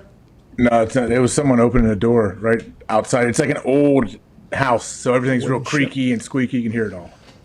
Oh, you guys Airbnb'd an old wooden house on a lake, it seems like. Not on a lake, no, not on any water. That'd be nice. Those are too expensive. So what you do? You just got a house somewhere away from your house, inland?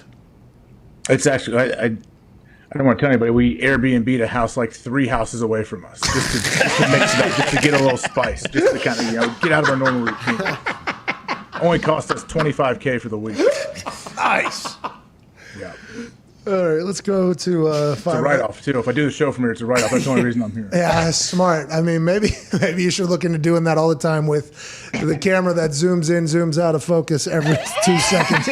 I'm getting seasick talking to you right now. It's not your fault. It's the actual computer cameras. I don't have an external one like normal. They suck. It's terrible. Yeah, it's not your fault. We appreciate the effort you have put in and you hanging out doing this while also locking people outside of the house that you were in. Let's go to Chris in Montana on the 5-Hour Energy phone lines. Chris, what's going on, pal?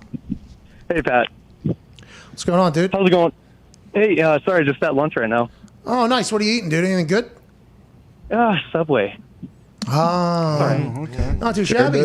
Tom Brady's in the newest commercial. I don't know if you guys Really? see it. Yeah, I didn't see that. They're really trying to overhaul the entire, Jared thing. Was the commercial Is he back? fake too? Still. Jared back? Jared's still in jail, I think, in Colorado, probably for some time, if I had to guess. But they are trying to imagine what people think whenever they hear Subway. It's hard. It's hard not to think like, hey, good sandwiches. I guess there for a little bit, you guys had too many stores, couldn't keep up with quality. Right. But I think they picked it back up, and then Jared thing happened. Now they're trying to move on. Subway will be around for a long, long time. They had the most stores in America, most franchises, more than McDonald's, Starbucks. I think Starbucks has taken it over. But Subway at one point was like Starbucks, and then obviously everything happened. They're trying to move on. And my guy Chris doesn't care. All right, he's eating the hell out of the sandwich. He said, "Hey, here's the future." Chris, what do you want to talk about? Hey, so I wanted to go back to the Olympics and talk about World Games. Can I give a shout out to Gable Steveson, the rest of our Olympic wrestling team, on top of Ric Flair? Did you hear that shout out that Ric Flair gave Gable Steveson? I did, and I also, because he's the one who said like Vince McMahon or something immediately after doing a backflip after winning the heavyweight national title. Yep. And immediately Yes, he upon did. seeing the backflip he did on the mat, I said, oh, that guy is going to make money in the WWE at some point. Then he said, hey, Vince, whenever you're ready. I was like, oh, smart guy. He thinks the exact same thing. He's got to win. He's going to win an Olympic gold, yeah? He is, 100%. Great for the character. And if you want to make some money on that, go ahead. Pat, do you like money? Love it. I believe he's like plus 800 to win gold, mostly just because he doesn't have any experience on that senior level yet. But then there's also 2 other Americans who are guaranteed to win gold at plus money. So we'll have 3. If you could parlay those 3 together, that's massive. The other 2 are Kyle Dake and David Taylor. Kyle Dake? Kyle Dake. Yeah, he beat Jordan Burroughs to get in there. Yes, he did. Nice job, Stud. AJ. Yeah, I mean, I know Jordan. You better know Jordan Burroughs if you know anything about combat sports or wrestling. Yeah, of course. Absolutely. Of course. Hell I do. yeah. Absolute stud. Jordan Burroughs does not fuck around, and that's what makes it so much more impressive that Kyle Dake got in over him. Yeah. That was an upset that none of us really saw happening whenever we're talking about, the Mad Attack that is the United States wrestling team. Thank you so much, Chris. Appreciate that. Where'd that come from? What are you doing? Studying high school wrestling, dude? What? No, Jordan's won a gold, I believe, last Olympics, and then they were fighting to get a spot on the Olympics because I guess there's so few weight classes in the Olympics. It's stupid, so we don't get to send all of our best. So we still have some studs that have to stay back. Is that the kid from Iowa with 2 torn ACLs? No, Spencer Lee. Yeah. Is he on our team? I don't think so. What are we doing? Get that guy over there. I agree. I don't know what the hell's going on. I believe Dake, he's an OSU legend, isn't he? Is he? I'm pretty sure he went to Ohio State. Oh, the Ohio State wrestling team. I think there's a doc or 2 coming out about that. Oh, is that right? What about? Side door, huh? Huh? OH. Side door hurts the back door, actually. I don't know what you're talking about. Oh, Ty. That's not what you heard. Ty. That's not what you heard. Moment of silence. Actually, let's dump it. What just happened there? Let's go ahead and dump that. Speaking of dump. Let's go to Debo in Columbus. Maybe Debo has a little information on a 5-Hour Energy phone line. Debo, OH. Go Blue! Oh, yeah. Wow. That was a good response there. That was better than anything I hear from AJ. What do you want to talk about, Debo? Great to hear from you again, dude. Hey, man, you too, man. SmackDown was great. I was there live at the Rocket Mortgage Fieldhouse. It was a good time. With Good my show. kids. That was awesome. Nice. Appreciate and you you guys. did a great job. I appreciate you, man. Hey, thank you, Debo. Shout out to you, the boys, AJ, my Columbus native over here. What I want to talk about, Pat, is this Olympics But something else, man. I know you're not a big basketball guy, but Luka Doncic just dropped 48 points, tied a record, took himself out of the game because winning was more important than a record, a la Barry Sanders at Oklahoma State.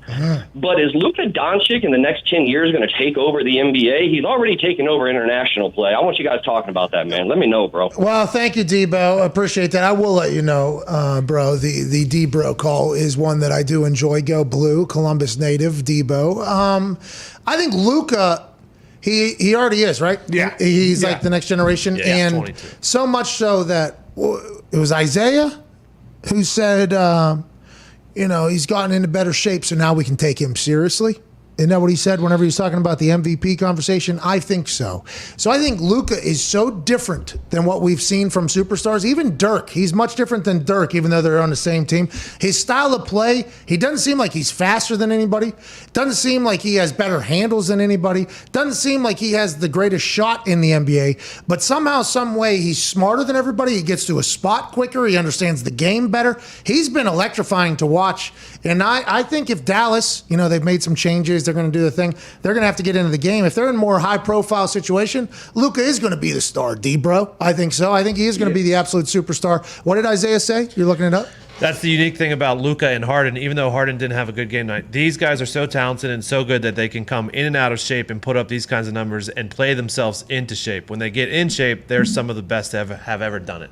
Yeah, it was something, and then the internet was like, "Oh, is he body shaming Luka?" And I was like, "Okay, I can understand how you're saying that, kind of, I guess, because he doesn't look anything like what you would think an absolute baller would." But if Luka was in New York or L.A. or something like that, if Braun was on his team, I think he'd give him a lot more love. But he's young; he's part of that Trae Young, Zion, Ja. The future of the league is in great hands. I think absolutely great hands, let alone Dame and everything like that. I'm sure Mark Cuban will bring people in, will do whatever he can to support him. But is Luka similar to like a Larry Bird? How people are like, how is this guy scoring all these points? How does he get it done? I think so. Yeah, I think so. I don't know if Luka's walking in saying, "Hey, everybody's competing for second tonight." Nah, not yet. And then fucking winning it. He might be. I'm not 100% sure. Oh, you need deals too. I mean, Larry was unbelievable, but Luka, also to your point, his IQ is just so much higher than everybody. He's fundamentally sound. He's fun to watch because you look at a guy, you're like, I feel like that guy has, pretty similar qualities as I do in life, and he just is dominating people. Yeah. Doesn't seem to be faster or flashier. Doesn't seem to have like the best. It makes no sense, but then he just steps up. He's a stone cold killer when he has to, and he makes every play. And he's crying when they lose, so he's passionate. I think, the future is very bright for him. This show's wrapping up on Sirius XM. We got about 5 seconds. AJ, anything to say to them from that log house down the road from your old house? No, big show Tuesday though. I know that. You getting Aaron on? Ooh. We'll see you in 21 hours. That was a big deal, wasn't it? That was pretty big. Yeah. He didn't say Well, yes. tease. No. Are you? Is he on vacation with? Welcome to PMS After Hours here, where we will talk about everything that happened during the show. We have to get right to it. But what's happening tomorrow? It's such a big show. Oh, I don't know. You gave me 5 seconds, so I didn't really have, couldn't fit a whole lot in there. I wanted to tease the show tomorrow. That was kind of like me saying the Browns are going to win the Super Bowl because they were wrapping me up when they told me I had 2 minutes and they cut me off at 1:30. People told me about that. I meant a Super Bowl. So that's your pick then for this year? No. That's what I'm saying. I made a mistake. I got all hopped up on the excitement of Cleveland. You know what I mean? In the moment, and they rushed me, and I had a bobble. I've had a couple of those lately. It doesn't normally happen. Okay, let's not dwell on it. Let's move along and realize that they have happened. It's unbelievable. And I was just going to say a Super Bowl. I said the Super Bowl, implying that it's this year. And although I did put money on them to win the Super Bowl because the roster is absolutely stacked and they had great odds to win the Super Bowl, I'm not necessarily thinking they're going to win it this year with the way Kansas City and Tampa and everything is going on. But in the next couple of years, I think as they continue to bring that thing together, I think they have a chance to win. And I fucked that one up, But hey, Big Pop couldn't stop in the middle of it, and the show was about to start back up. Yeah, no, why would you? I mean, like you said, hey, guess what? If they do win, you're going to be a hero. If they don't win this year, you're still going to be a hero because there's a good chance they will win at some point. They're going to win the next couple of years, I think. I think that team's... I assume every wrestling show you go to, you're going to say that city's going to win the Super Bowl that upcoming year, right? I'm not. Hey, Patty Panders ain't going to happen everywhere. Right? I only saying what I truly believe. Like that Now Lakewater. they're going to boo you though. They'll boo you if you don't say their team's going to win now. No, because then they know I'm strictly pandering to them because of what I said to Cleveland. And that's why I did have to make the correction, because there's a couple other cities that we potentially go to where I'm going to say, hey, you guys are going to win. Hey, you guys are winning the Super Bowl. Yeah, you guys are going to win the Super Bowl. You know what I mean? There's maybe, depending upon the news out of training camp. I just think the Cleveland Browns are set up to win a Super Bowl, and I was all hopped up on, the Guardians and Lake Erie effect and, East 4th Street and Barrios Tacos and Town Hall and everything else going on. I just, in the moment, I kind of lost track of myself. So you think after they pay Baker $40 million a year, at least $40 million a year, they're going to have a better chance to win the Super Bowl? Salary caps mean nothing. Salary caps mean nothing, Nick. All right? They just kick it down the road. Andrew Berry's going to kick it down the road. He'll pay it at some point. Probably the next GM will have to deal with it when Andrew Berry retires in 20 years and passes that right off to him. That's what they're going to have to do. And they said they're going to do Chubb and Denzel Ward. Their deals before Baker's. We got to figure this whole thing out. So who knows? You sign them to 10 years, though. You can just make it a $1 million contract for the next 9 years and then pay him all the money on the back end after he's already gone. Easy.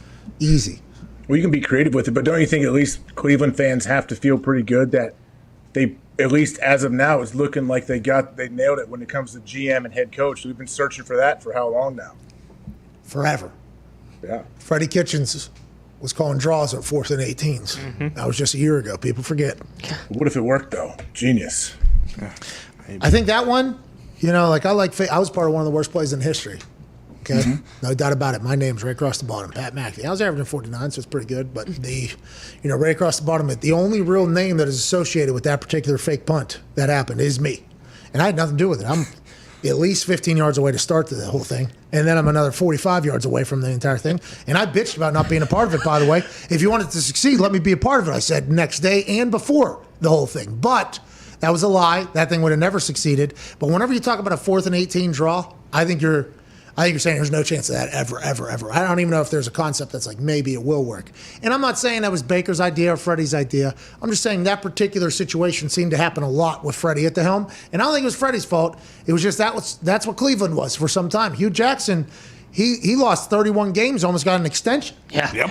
And then now Andrew Berry comes in, Stefanski comes in. It's like a hero situation. And I love it for the people of Cleveland because the dog pound showed up when they were awful, and the dog pound's going to show up when they're great, and they're going to be a spectacle in of themselves. They deserve it, and I think they're going to win a Super Bowl. Super Bowl. In the next couple of years. Yeah, I 5 mean, years. You can see on the TV copy when Fred Kitchens was the head coach, you'd look at some of those players just staring at him like, God, I want to knock this guy's fucking teeth out. And not one of those guys was doing the same thing last year with Stefanski. So, I mean, it kind of... Stefanski's awesome. I've heard him mic'd up. He's awesome. He's very, he's kind of, hey, let's score a touchdown here, huh? How about it? Shit. Yeah, Minnesota, I think, felt the effect of losing Stefanski. Sure. I think there was a chance that happened. Yeah, he's one of those genius play callers too. So when you could mix that guy, you can think of plays and become creative, but then you're also the guy that's setting the culture and running the team and setting the schedule and doing all of that. That's tough to do it all. Did you listen to the rest of that Flying Coach? Yeah, I did. Was there anything other than cliches in there? Not really. A lot of cliches. See, a lot of people listen. A lot of Tomlin's in stories. it. Any good ones? I heard Raheem tell us, I saw the clip of Raheem talking about how a young coach asked him, if a young coach was to ask him in the elevator, what I could do. And he went into an entire thing about how he's going to try to help as much as possible because that's what Mike Tomlin did and everybody else kind of did for him. That was a cool little part there. But was there did Tomlin get loose in there at all? Did he talk shit on anybody? He was loose, but I think even him, no, he didn't talk shit on it. It was all stories. So I don't think he was that loose. From what I've heard, he is. There's a lot of stories about him and Ra coming up through the ranks and the beginning of their careers and how they become head coaches and stuff like that. Love football, right? Oh, yeah. Love. You got to. You got to in there. You called it though, man, didn't you? Right to Straig's face, like you said. It sounds like it's going to be full of cliches. Turns out. Spot on. Whenever he was giving us the answers he was giving, in my head, I was like, okay, I've heard that answer before. All right, let me hear another one. All right, I've heard that answer before as well. I've heard a coach say that before. But Tomlin, just the stories I've heard from behind the scenes, I've heard he is just a Like a hilarious motherfucking guy. Like, Well, and he was like in some of the stories, like he was swearing and like he had some good punchlines. But you're right; it seems like a couple times, like they'd ask a question and then the answer would come back and be like, oh, "That wasn't the question." You know? I don't know what did they? The press conference driving that right back. Yeah, that's awesome. The ability to do that is also a talent that coaches have to be able to do, but you also have to have success to be able to do that. So the fact that Tomlin has never had a losing season for the Pittsburgh Steelers and won a Super Bowl there gives him the leeway to potentially not answer a lot of questions that are asked his way, but still giving great sound bites to let people like kind of digest a little bit. And that's that's Bill Belichick. What's going on? Well, I'm saying Tomlin taking over for Bill Cowher. You guys know what the legend of Bill Cowher is. Like that makes that his run even more impressive to me is who he's able to replace and still kind of keep that standard up there. Bill Cowher's from Crafton. Zito's favorite chef in the history of any I love that guy. What was his name? Mike? I forget his name. Was it Big Mike? I don't know. He owned the Italian restaurant in Crafton that I guess Cowher went to or whatever. And this Italian restaurant was the most living room like Italian restaurant I'd ever been to in my life. Been to a lot of Italian restaurants, a lot of Italian families' houses, been there. It was the perfect combination of both. Didn't really know how there was any, how there wasn't any major health violations going on because there was zero separation of the kitchen and where people were eating. And the way it was being served, it was awesome. It was the most Italian-like experience I've ever had at a restaurant. It was very much like, the family was just bringing the food to you at a table. The wine was great. The entire thing was great. And they were proud that Bill Cowher was from right down the road. Bill Cowher. That was the chef, owner, and the guy that was serving us the food. Yeah. He was awesome. There was that table of people like right behind us, and he came up and yelled like, "Well, get him out of there! Their date's over." And like the people definitely heard him. He was basically just saying like, "Hey, get the hell out of my restaurant." All right, you've been waiting around holding up a table here for way too long. You know what I mean? You've been sitting here a little bit too long. We only got a certain amount of tables here, which they did, and there was people I think waiting outside to get in this place, but it was a show. But Bill Cowher was a legend. You're 100% right. Tomlin came out of nowhere too when he was hired. I think they talked about that on Flying Coach. Yep. I don't think anybody in Pittsburgh expected Mike Tomlin to be a head coach. I'm not sure if anybody in the NFL expected Mike Tomlin to be a head coach. He was a D-backs coach for the Minnesota Vikings. He was a DC for the Vikings. Oh, because he was defensive coordinator. And he said he crushed the interview because he went in there with the mindset like, hey, like I'm already playing with house's money even getting this interview. So like he went in there like cool, calm, collected like he always is and just crushed. And then he went in there, crushed it, and then hasn't lost since. And it's like... He was only the coordinator, I think, for 1 year before he got hired in Pittsburgh. Damn. It was awesome. It's worked out. I may be wrong, but that's why. No, you're right. Nah, that's what. But Pittsburgh is a place that, Who made the hire? Who made the decision to hire him? Because that's a great job. And probably a lot of people probably questioned it at the time, but what a great hire. Yeah, it was Art. It was the guy. Okay. The horse gambler. No. Is that what he is? No, his son. That was a chief. He's been long dead and buried. Yeah, his son then, right? Art's son. The ambassador to Might Ireland. have been Dan at the time. Yeah, the ambassador to Ireland. He was also now dead and buried. Now we got Art Jr. Rest in peace, dude. Moment of silence, please, for all the Rooney's. Is that how you say it? Dead and buried? Yeah. Body's not warm anymore, but the way you're speaking right now, you need to fucking relax on what you're emphasizing. Let's have a moment of silence for the Rooney's, please, that have passed away, all of them.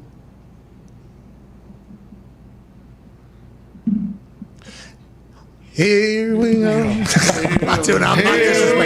am not disrespecting the Rooney's with that. I feel like that'd be a badge of honor. Yes. It's not. Brett Michaels doing it? I'm not sure. What? It is. If it was Myron doing it, then yeah.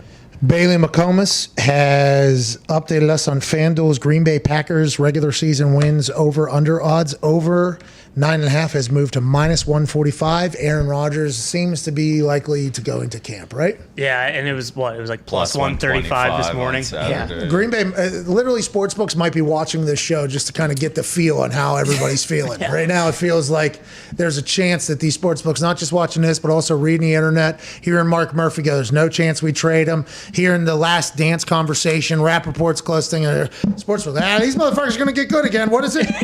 Let's change this thing real quick for one last run. To win the division, to win the NFC North, yesterday I believe the Packers and Vikings were both plus 150. The Packers have now moved to -130 to win the division.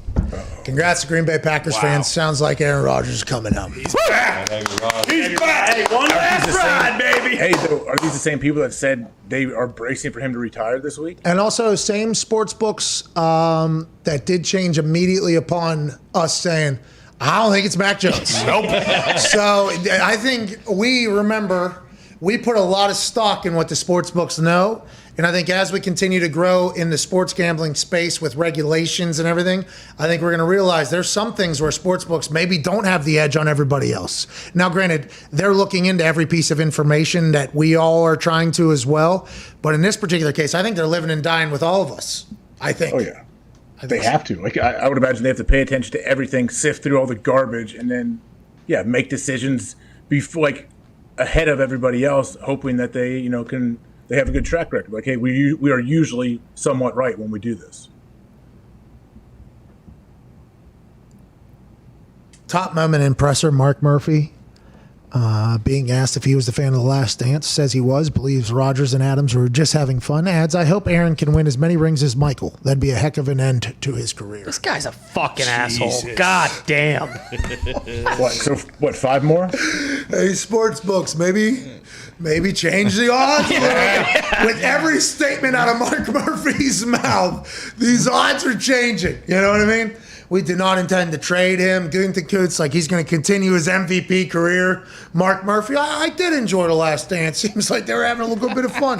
You know what I found interesting? A lot of people said this on the internet is Aaron ain't won nearly as many fucking rings as Michael Jordan. Well, Mark Murphy's awesome. Just can't help himself. This guy's got to handle $120 million worth of investment funds that he's making money off of. He's got to handle Titletown. He's got to handle shareholders meetings. He's got to handle football. Mark Murphy's out here just trying to figure it all out, and he's like, I'm fucking sick of this guy. And he just can't help it. Just can't help it. He lets it out.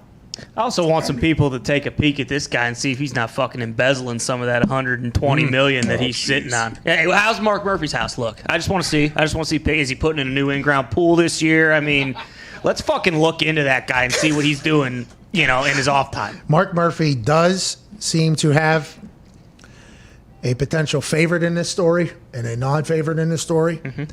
The favorite would be anybody but Aaron, and the non-favorite would be Aaron. Sounds like Mark Murphy is saying to Aaron, listen, I'm spending money that isn't mine already. Okay, I'm overlooking an organization that has nothing to do with my financial gain at all. You know how much stress that is? Okay, now I got to deal with you wanting to be treated like a human? Get the fuck out of here. Out of time. Well, you think you've got any chance with everything we've said for one of their investment fund money managers who's appointed by who? Probably Mark Murphy. To maybe, do they want to invest in something? We got some ideas, don't we? Yeah, hell yeah. We got some ideas that we could potentially pitch to this. Are they like a Shark Tank operation? Can I just walk into Mark Murphy's office and say, hey, can you get one of those money managers that made you $120 million in investment? Call them in here right now, and let's have a full conversation about some of my ideas. I got a pitch deck and all that shit. That's a great idea. Why don't we do that? Is that how it works? Yeah, if we put enough, 2 or 3 good decks together on companies and ideas that we want, they'll throw $120 million our way, right? Hey, Ian, let's get Mark Murphy on public.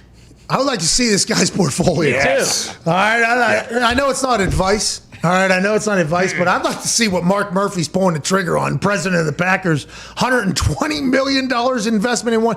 That is absurd. That is a massive amount of money. Where is it coming from? Did they GameStop? Did Mark Murphy, and does that make him much cooler all of a sudden if he's on the AMC train and just cashing out of this whole thing? Man of the people.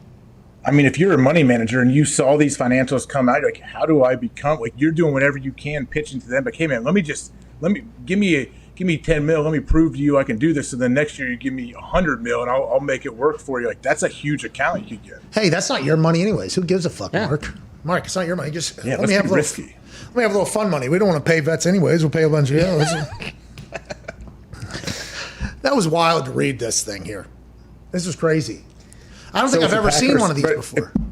If the Packers had an owner, though, we would never see any numbers for any teams, right? Ever. Nope. Ever. We would never see a single thing. So that's why I'm so fascinated. Is this every year this goes out, this type of thing? And have we just not paid attention? Yeah, they put it out. No, people pay attention, but this year, obviously, much more with COVID.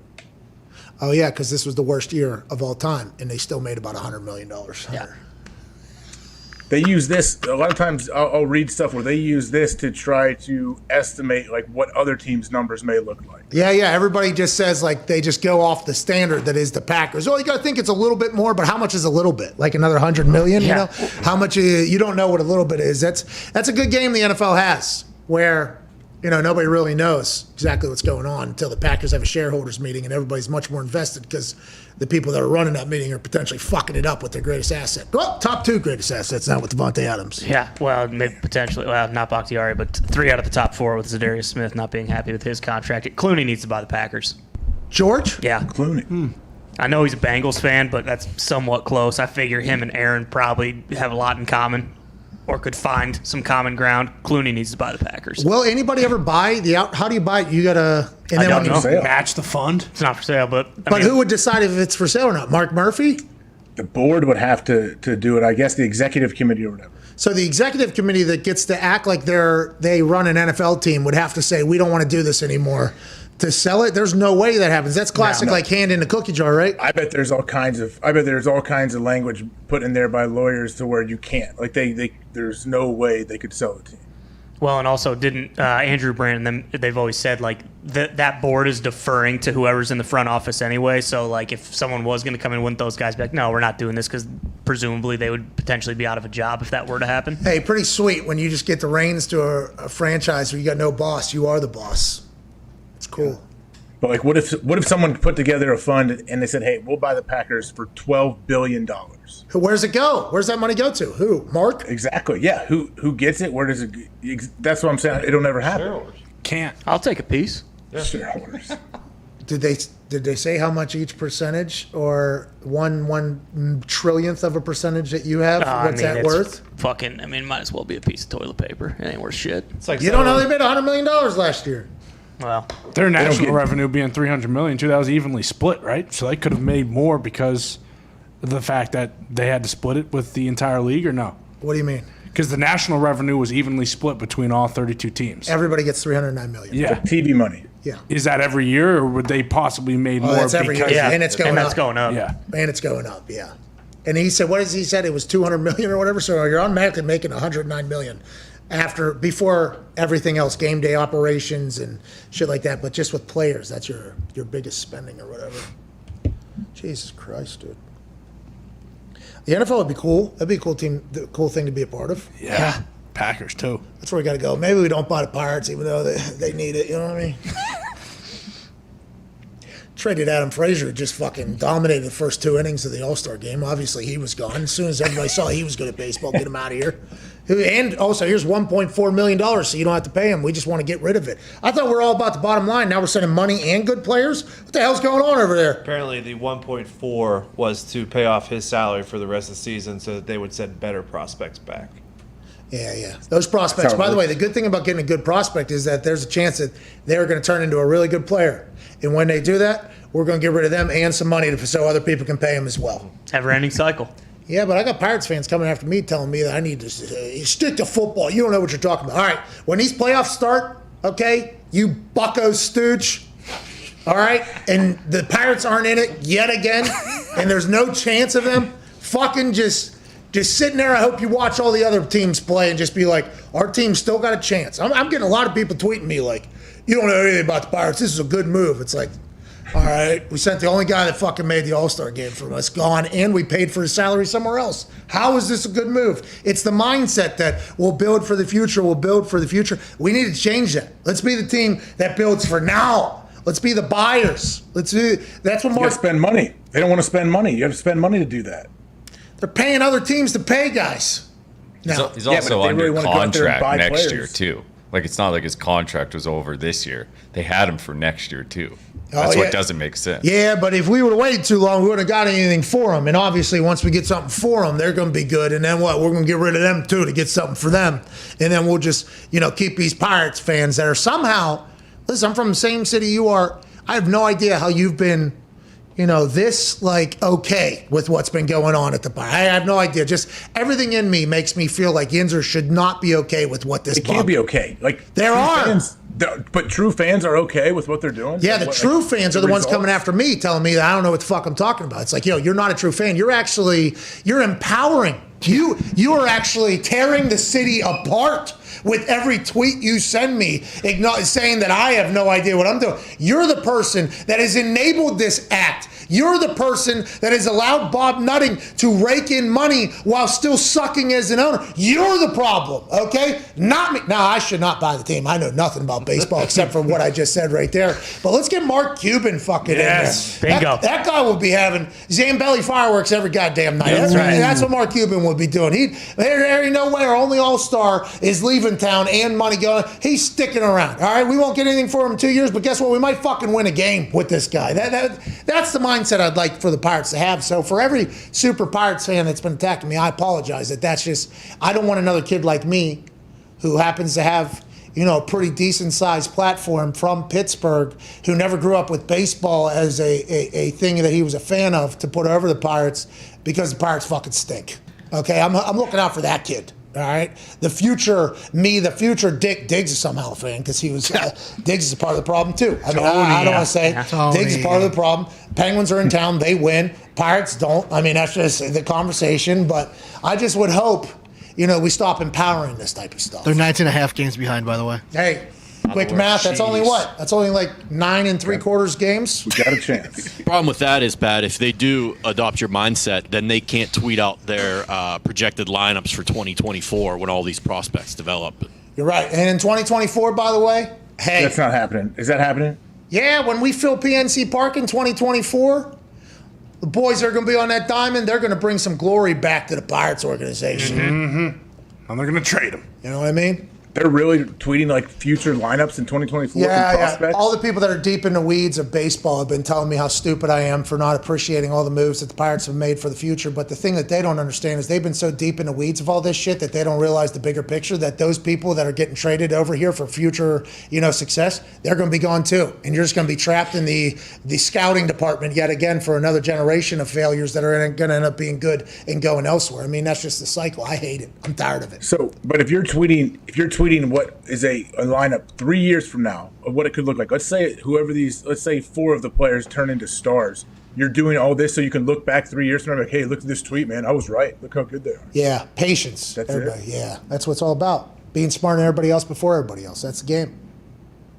Hey, maybe are we witnessing like a Moneyball type situation where we don't understand what's going on and they're all of a sudden going to be the best? If Brad Pitt and Jonah were to show up in Pittsburgh, I'd be pumped. Yeah.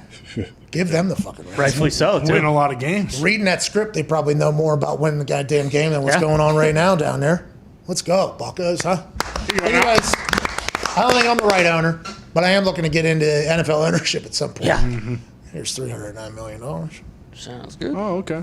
Your team can stink and not have an indoor practice facility. Here's $309 million.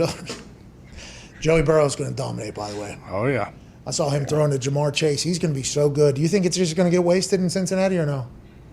I hope not. I think he is somebody that has like the game and the personality that he could kind of change things in Cincinnati. I think he is the guy that could really turn the whole narrative. And Cincinnati's paying people, by the way. Mm-hmm. Cincinnati's starting to pay some people. They're getting deals done. They bring in Hendrickson, who led the NFL in sacks, right? I mean, they're making moves. They're trying their best. Who knows if they're going to be able to protect Joe Burrow from, what's that? Decapitation. Right. Yep. That's what we were worried about last year with Joe Burrow. Yeah. He'd step out there. Wham! You get up and he likes that. He needs that. Needs a couple of those to get going. That's what Joe Burrow likes, Yeah. Well, okay, that's good. Wait till you guys pay him $100 million, and if everybody's gonna be like, yeah, this is great. Watch him fucking die out there. Andrew Luck, I saw it happen. Yeah. He was actually complimenting people when he was getting hit. Oh, good hit. Good hit, yeah. Good hit. I'm like, Andrew, stop. It's awesome. Stafford, same way. I assume Burrow has the exact same career Stafford had in Detroit. Just going to dominate and it's not going to matter? It's not going to matter at all. They're going to win any games, and he's going to get absolutely clobbered the whole time. And the AFC North is not going to be easy for him. Yeah, but Zach Taylor jumped in Sean McVay's pool, so it's almost like, hey, maybe he'll figure it out for Burrow, you know? It's true. Who knows? What is that from? Just how it worked. He got hurt. Yeah. What do you mean he jumped in his pool? So one time, Sean McVay had all these coaches over, and Zach Taylor was there. And after they had like their little party, all the head coaches that were there got hired. It was pretty cool. Yeah, they all had a cup of coffee. I think it was a coffee party. Coffee, yeah, it was a coffee party. I think there was like some games maybe going on in the background. Like, espresso machines. yeah, They're all. Yeah, like pin the helmet on the player and all that. All the coaches that were at this pool party got hired to become head coaches. Yeah, was it, Cliff Kingsbury was there. You should have seen it. He got in there. Staley was there. LaFleur was there. Bill Gates there. Zach Taylor was there.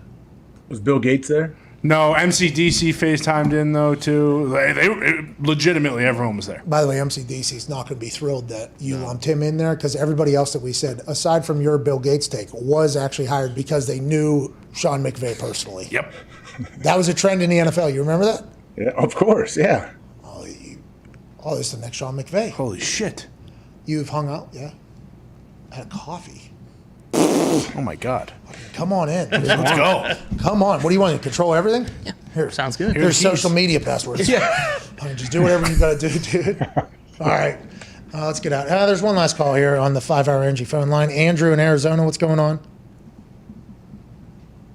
Hey, what's going on, Pat? Just hanging out, man. How are you? Not doing too bad. Nice. I wanted to talk about that guy that is the Olympic speed walker. Actually, Which one? There's a bunch. well, then all of them, because I was listening to Gabe Morency on your show on Hammer Dahn, and I think Gabe has a legitimate gripe with these people. What'd he say? So you can remind people that maybe didn't see it, because at Sports Rage is very rarely wrong. What did he say? He basically just called them all a bunch of stooges, which I don't think he is wrong. When these Olympic speedwalkers are, pertaining themselves to the likes of someone like a Usain Bolt, that is essentially A.J. Hawk driving down the expressway with his 2 feet and calling himself a NASCAR or F1 driver. Kind of good. It's a good comparison. Andrew in Arizona thought that one through. Andrew in Arizona on the 5-Hour Energy phone lines. A little bit of a callback, a good comparison, good metaphor. And if these speedwalkers are calling themselves Usain Bolt, we should have a conversation. I don't know if that's what at Sports Rage was saying. But do not underestimate, okay, over there in Arizona, the amount of blisters in shoes and chafing and pain that these speedwalkers experience to get to this moment. If you watch them walk, it seems as if every ligament in their lower half is ripping. Yes. And they do it for maybe 900 miles. The race never, ever ends. They're bleeding everywhere. Hey, for real, how long is it? How long do they go? I think it's like a marathon, I think. It is a long time. And they walk. I mean, Dunphy's ACL is tearing in that picture as we speak. That's what I'm saying. And also, they'll go, the way these races are set up is you'll go down one and then you'll go back past. When these people are speed walking and they're passing each other, it is awesome. There's some bumping, I guess, that happens in the middle of these things. If you ain't rubbing, you ain't racing. That's right. So good NASCAR reference there in Arizona. But let's not undersell. If they're saying they're Usain Bolt, I do have a problem with that. But please respect the commitment to not allowing both feet to be in the air ever at the same time and popping your hip out of socket for 75 miles as you're just walking at this incredible pace. They have the 20-kilometer, which is a 12.4-mile race, and then they have the 50-kilometer, which is a 31-mile. Oh my God! It's awesome. It is awesome. I love it. Whoa, hey, have you ever seen? More credit to these people. Have you ever been like driving in your Hemi at some point when you're just jeeping and seen somebody practicing this speed walking? Because can you imagine they have to practice probably on their own in wherever city they live, just speed walking down the road. Everybody's got to honk at them and try to swerve and hit them properly. Well, I don't know about that. Okay, a lot of people in their town probably respect and appreciate their commitment to hit the streets. Probably confused. They probably think this person's possessed. I got to knock them off the road. Like, what are they doing? So I don't know if Indiana has any speed walkers. But if we do, I think we'll treat them with the same respect we treat these Lance Armstrong dress-up costume havers on their bikes. That's right. In the middle of roads that they should not be on, when there is a sidewalk clearly right there, or maybe even a path for them to go on. A lot of those. As they're going 16 miles an hour in a 40-mile-an-hour zone, and I'm the asshole because you want to get around them. Yeah, and I don't want to kill them. I'm the asshole.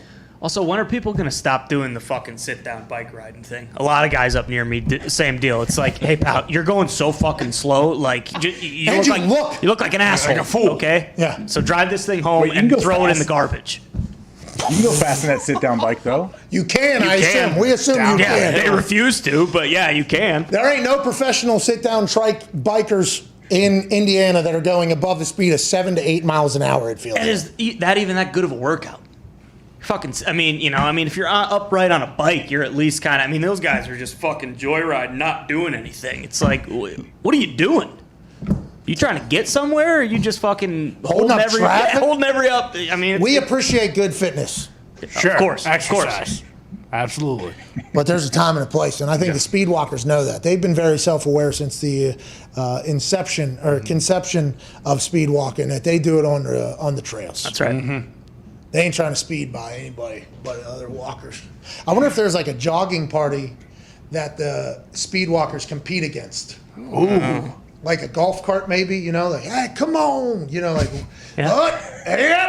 don't lift that foot. Hey. I wonder how they train. 31 miles. 31. I walked a golf course that was 7 miles. I got cramps in both legs. I couldn't sleep for 3 hours. Yeah. Couldn't stand up the next day. 31 miles of walking with hyperextended knees. There are no preliminaries, right? Though, like when they do that, that is the gold medal race because you couldn't be walking fucking 90 some miles in. And I think it's you like get a in. marathon. I think there's not even you don't even have to qualify. Like if you sign up and you want to do it for the Olympics, you go do it. Because there's so many people in that race. I would love to be the American representative. Ooh. Put my Hokas on, dude. I am a little worried about those knees, though. Me, what do you mean? I'm like coming last. What are we talking about? I'm just hiking 31 miles, right? Yeah. The next one is, I'm Olympian though, right? Yeah, hell yeah. I still think we should think about buying an island, making it a country, and entering every event. Yes. By ourselves. Start a handball team, maybe. Oh, you know who we signed? Who's that? The NFL. Hell yeah. All right, we're back tomorrow. Great show, AJ. Thank you for joining us wherever the hell you may be. Thank you. Good to be here. I'm glad it somewhat worked out. No, it worked out great. It sounded like you were in a cave. When you came out, Trey Wingo is reporting. Shout out to Trey Wingo, by the way. Haven't heard from him in a while. Hearing Rodgers coming back to Green Bay, hinging on trading for former teammate Randall Cobb. If Cobb is in Green Bay, it looks like Rodgers will be too. All right, Trey Wingo, a little piece of at the. Yeah, I'm sure that's the missing piece, Trey. Come on. Hey, but in Trey's defense, I don't know if that's a missing piece. I don't know if that's like a holdup, but Aaron absolutely wants to play with Randall again. I know that. Okay, so AJ Hawk. Put it on. There it Ticker's is. done. We need to clip that though. So Trey Wingo is okay. Trey Wingo's like, hey, this is what I'm hearing. Trey Wingo's been around the game a long time. And then insider for the insider, the source for the sources, AJ Hawk goes, hey, Randall Cobb is a guy that he speaks very highly of over there. Randall Cobb, Mark Murphy this morning talking to the shareholders, needs to be talking to Randall Cobb's agent. Let's figure this out. Bring him home. Got enough money sitting in that goddamn pit of investment funds. Go ahead and pay Randall Cobb whatever the hell he needs. If this is going to get Aaron Rodgers back to the Packers for some time, let's go. Why wouldn't you? And also, I believe he is still in Houston, so I'm guessing you could probably swindle Easterby to get him back. Well, Easterby's got a lot going on down there. The Lord, the law. 6 running backs. And, whatever they got. Coach Dave. That's the show. I was going to try to think of another L, but I couldn't get there. And that's because we're 3.5 hours into this. 15 minutes from now, Hammer Dahn will go live, youtube.com/Hammer Dahn. They're just giving out winners. There's currently $2,750 up for grabs in the FanDuel Hammer Down rollover. They will explain that. If you want to win, you could win tonight with your big brain and information that these boys give you. Can't thank you enough for watching and listening wherever you may be. Happy birthday yet again to my wife. Hope it was fantastic. Can't wait to celebrate the anniversary. Coming up in a couple days. AJ. Yeah. There's just so much pressure on this thing. You know what I mean? On what thing? Your anniversary? Oh, it's birthday, straight into anniversary. Back to back, right before. Wait, when's your anniversary? So it's coming up. August 1st. Okay. I had a similar situation with my wife's birthday anniversary are like 5 days apart. So what do you do? How do you do it? What do we do? Because I had a great first half, I thought. Great question. I thought I had a great first half with the birthday. Now the anniversary is right in the corner here, and I did not. You're done. That's what. I feel like with I saw some of the birthday stuff you did. I feel like you're like, oh yeah, what do you mean? It was all in one. Like my birthday is January 6th, so everything I get kind of just everything dumped on me at Christmas, and that's it. Yeah, I had a kid tell me one time that his name was they call him Chris because he was born on Christmas. And I said, well, it sounds like you're a guy that gets fucked out of birthday gifts every year. And that is kind of what happens on those Christmas birthdays, I think. And for you in the holiday area there, you do get screwed. But in this particular case, I mean, I had a great first half on the birthday. You know what I mean? Yeah. And then now the anniversary's on the other side. I'm worried that, if the second half doesn't live up to the expectations of the first half, we're potentially going to see no overtime there. It's going to be a little bit of a golden goal operation. Yeah, first half forgotten about just because the second half is the premier. You got to win the game. I thought I had a great first half. Yeah, you came out too strong. That's your problem. Fucking great first half, dude. Yeah, you should have saved that for the second half, for the anniversary. You should have just eased into birthday, made it look very, very nice, and then all of a sudden, just completely blown away with the anniversary. So my issue is, what's right in front of me? Okay, want to kill it. What's next? That's like kind of... It's good. Okay, what's up? Want to kill it. But what I don't think I did have was the foresight to realize that the anniversary is right on the other side here. Yeah, but you said you had a great first half. Are we up by 3 scores here? Can you get through the second half? And still win the game? I'm not sure prevent defense is going to do the trick. I am not. Okay. I am not sure. I hope. Well, you're also screwing yourself down the road because the expectations are so high now. Oh yeah, I know. You gotta get what you had like 75 days worth of flowers and balloons like every day delivered and like all this stuff. That's her birthday though. Like without that, it's a huge day. Mm-hmm. It's awesome. I'm glad you did it. I'm just saying next year, it gives me a little anxiety thinking about what you can do next year to top. Me too, by the way. And I've never had an anniversary before, right? I've never been married before. Mm-hmm. Oh, this your first one? Yeah. So now it's like I got to set this. So now it's like set the bar low. Set the bar low, man. No, AJ, you can't say that because you're going to sound like chivalry is dead. But I am feeling a lot of pressure here. I think it's 10. 10. It's no, paper. That's 10. It's paper. Yeah, it's paper actually. But I don't think paper's going to matter. Ian's got the wedding cake. Mine's Aren't you supposed to eat that? Yeah. At the 1-year anniversary? Yeah. So we didn't do that because ours had dope in it. Oh, that's right. That's right. And we ate it all. Yeah. I'm not sure. Who made it? Huh? Who made that? Great baker. Great baker. But we are getting another version to celebrate the thing. Nice. There you go. They threw ours away, so, That's that fucking, hey. Yeah, they just fucking pitched it. They shaved their face clean, then they threw it out. Yeah. That's what goes on up there in the Northeast, dude. Yep. Hey, don't worry about it. We didn't want it anyway. George Washington didn't eat his fucking cake a year later. No, he didn't. Is it on my side? I mean, I would assume, unless something's busting out over here. Sauna, AJ? Shaving your legs. You can hear everything in here. Hey, can you go full screen on AJ real quick? So what is that? It's a curtain that you put down? It's a window. Yeah, it's the only spot I could really make it work. I think you did a great job here because normally the light would come through too strong and kind of fuck up everything, but I think you've done a great job here. Really, really good. Well, I would like to do it and open the window and the light would be facing me, but there's no way to do it in this room. All right. Well, hopefully Axel's poop got cleaned up. Yeah. We'll see you tomorrow, AJ. See you, everybody. Thank you for watching. Cheers.